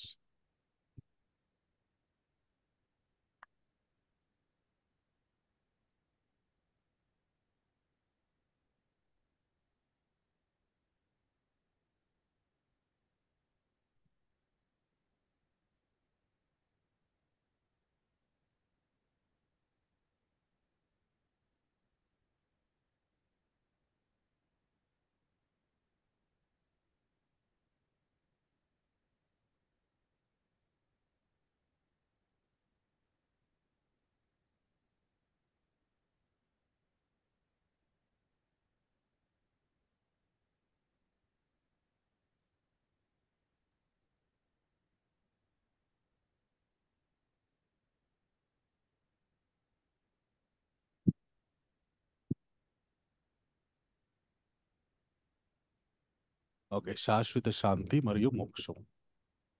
Thank you Mataji. Okay, so మనకి 18 రోజులు ప్రతిరోజు కూడా క్విజ్ మన పోల్ పెడుతూ, అలాగే ప్రతిరోజు కూడా మనకి క్లాస్ గురించి మెసేజ్, అలాగే వాట్సాప్లో కూడా మెసేజ్ పెట్టి మనందరికీ కూడా చాలా చాలా సేవ చేశారు మన భువన మాతాజీ. మాతాజీ, ఒక్కసారి మీ వీడియో ఆన్ చేసుకుంటే అందరం మిమ్మల్ని దర్శించుకుంటాం. హరే కృష్ణ ప్రభుజీ. దర్శించుకోవడం ఏంటి ప్రభుజీ? హరే కృష్ణ హరే ప్రభు. కృష్ణ. హరే కృష్ణ. భువన మాతాజీ చాలా మంచి డివోటీ. మాతాజీ బెంగళూరులో ఉంటారు. వాళ్ళ ప్రభుజీ ఆయన జాబ్ అక్కడే. సో చాలా కాలం నుండి మనకి ఇస్కాన్ లో జరిగేటటువంటి 18 డేస్ కార్యక్రమాలకి మాతాజీ చాలా ఫుల్ సపోర్ట్ ఇస్తారనమాట. సో రీసెంట్ గా మాతాజీకి పెళ్ళయింది. ఆ, ఇద్దరు వైఫ్ అండ్ హస్బెండ్ కూడా చాలా మంచి డివోటీస్, చాలా చక్కగా సేవ చేస్తారనమాట. సో సేవ చేయాలనే సంకల్పం ఉంటే ఎక్కడున్నా పర్లేదు, సేవ చేయొచ్చు. సో అది పూర్ణమాతాజీ చాలా సిన్సియర్గా సేవ చేస్తారు. మనం అందరం కూడా పూర్ణమాతాజీకి ఒకసారి ఆ మన కృతజ్ఞతాపూర్వకంగా హరే కృష్ణ మహామంత్రం చెప్దాం. Hare Krishna Krishna Krishna Hare Hare, Hare Rama Rama Rama Rama Rama Hare Hare Hare. Hare. Thank you very much Mataji. ఒక్క థ్యాంక్ యూ నిమిషం మాతాజీ ప్రభుజీ. స్పాట్లో చేస్తా. Thank you, so Mataji. Hare Krishna. Hare Hare Krishna Krishna, Mataji. Thank you Matajis and prabhujis అందరూ సెషన్ అటెండ్ అవుతున్నందుకు. మీ అందరికి మీకు థ్యాంక్ యూ థ్యాంక్ యూ మా ప్రభు. థ్యాంక్ యూ థ్యాంక్ మాతాజీ. హరే కృష్ణ. హరే కృష్ణ ప్రభు. So thank you. చాలా సంతోషం. మీరు 18 రోజులు చాలా చక్కగా శ్రద్ధగా విన్నారు మీరంతా కూడా. సో మేము ఇలాంటి కార్యక్రమాలు ప్రతి నెల చేస్తూ ఉంటాము. సో ఈ కార్యక్రమానికి మీ వంతు సహకారం అందించాలంటే మొట్టమొదటిగా మీరు కూడా చక్కగా భగవద్గీత నేర్చుకోవాలనేటువంటిది మా సంకల్పము. నేర్చుకొని మీరు కూడా ఈచ్ వన్ టీచ్ వన్ అనే ఒక నినాదంతో మేము ముందుకెళ్తుంటాం అనమాట. ప్రతి ఒక్కరు కూడా ఇంకొకరికి నేర్పించే విధంగా తయారైతే మన సనాతన ధర్మాన్ని మనం కాపాడుకున్న వాళ్ళం అవుతాము.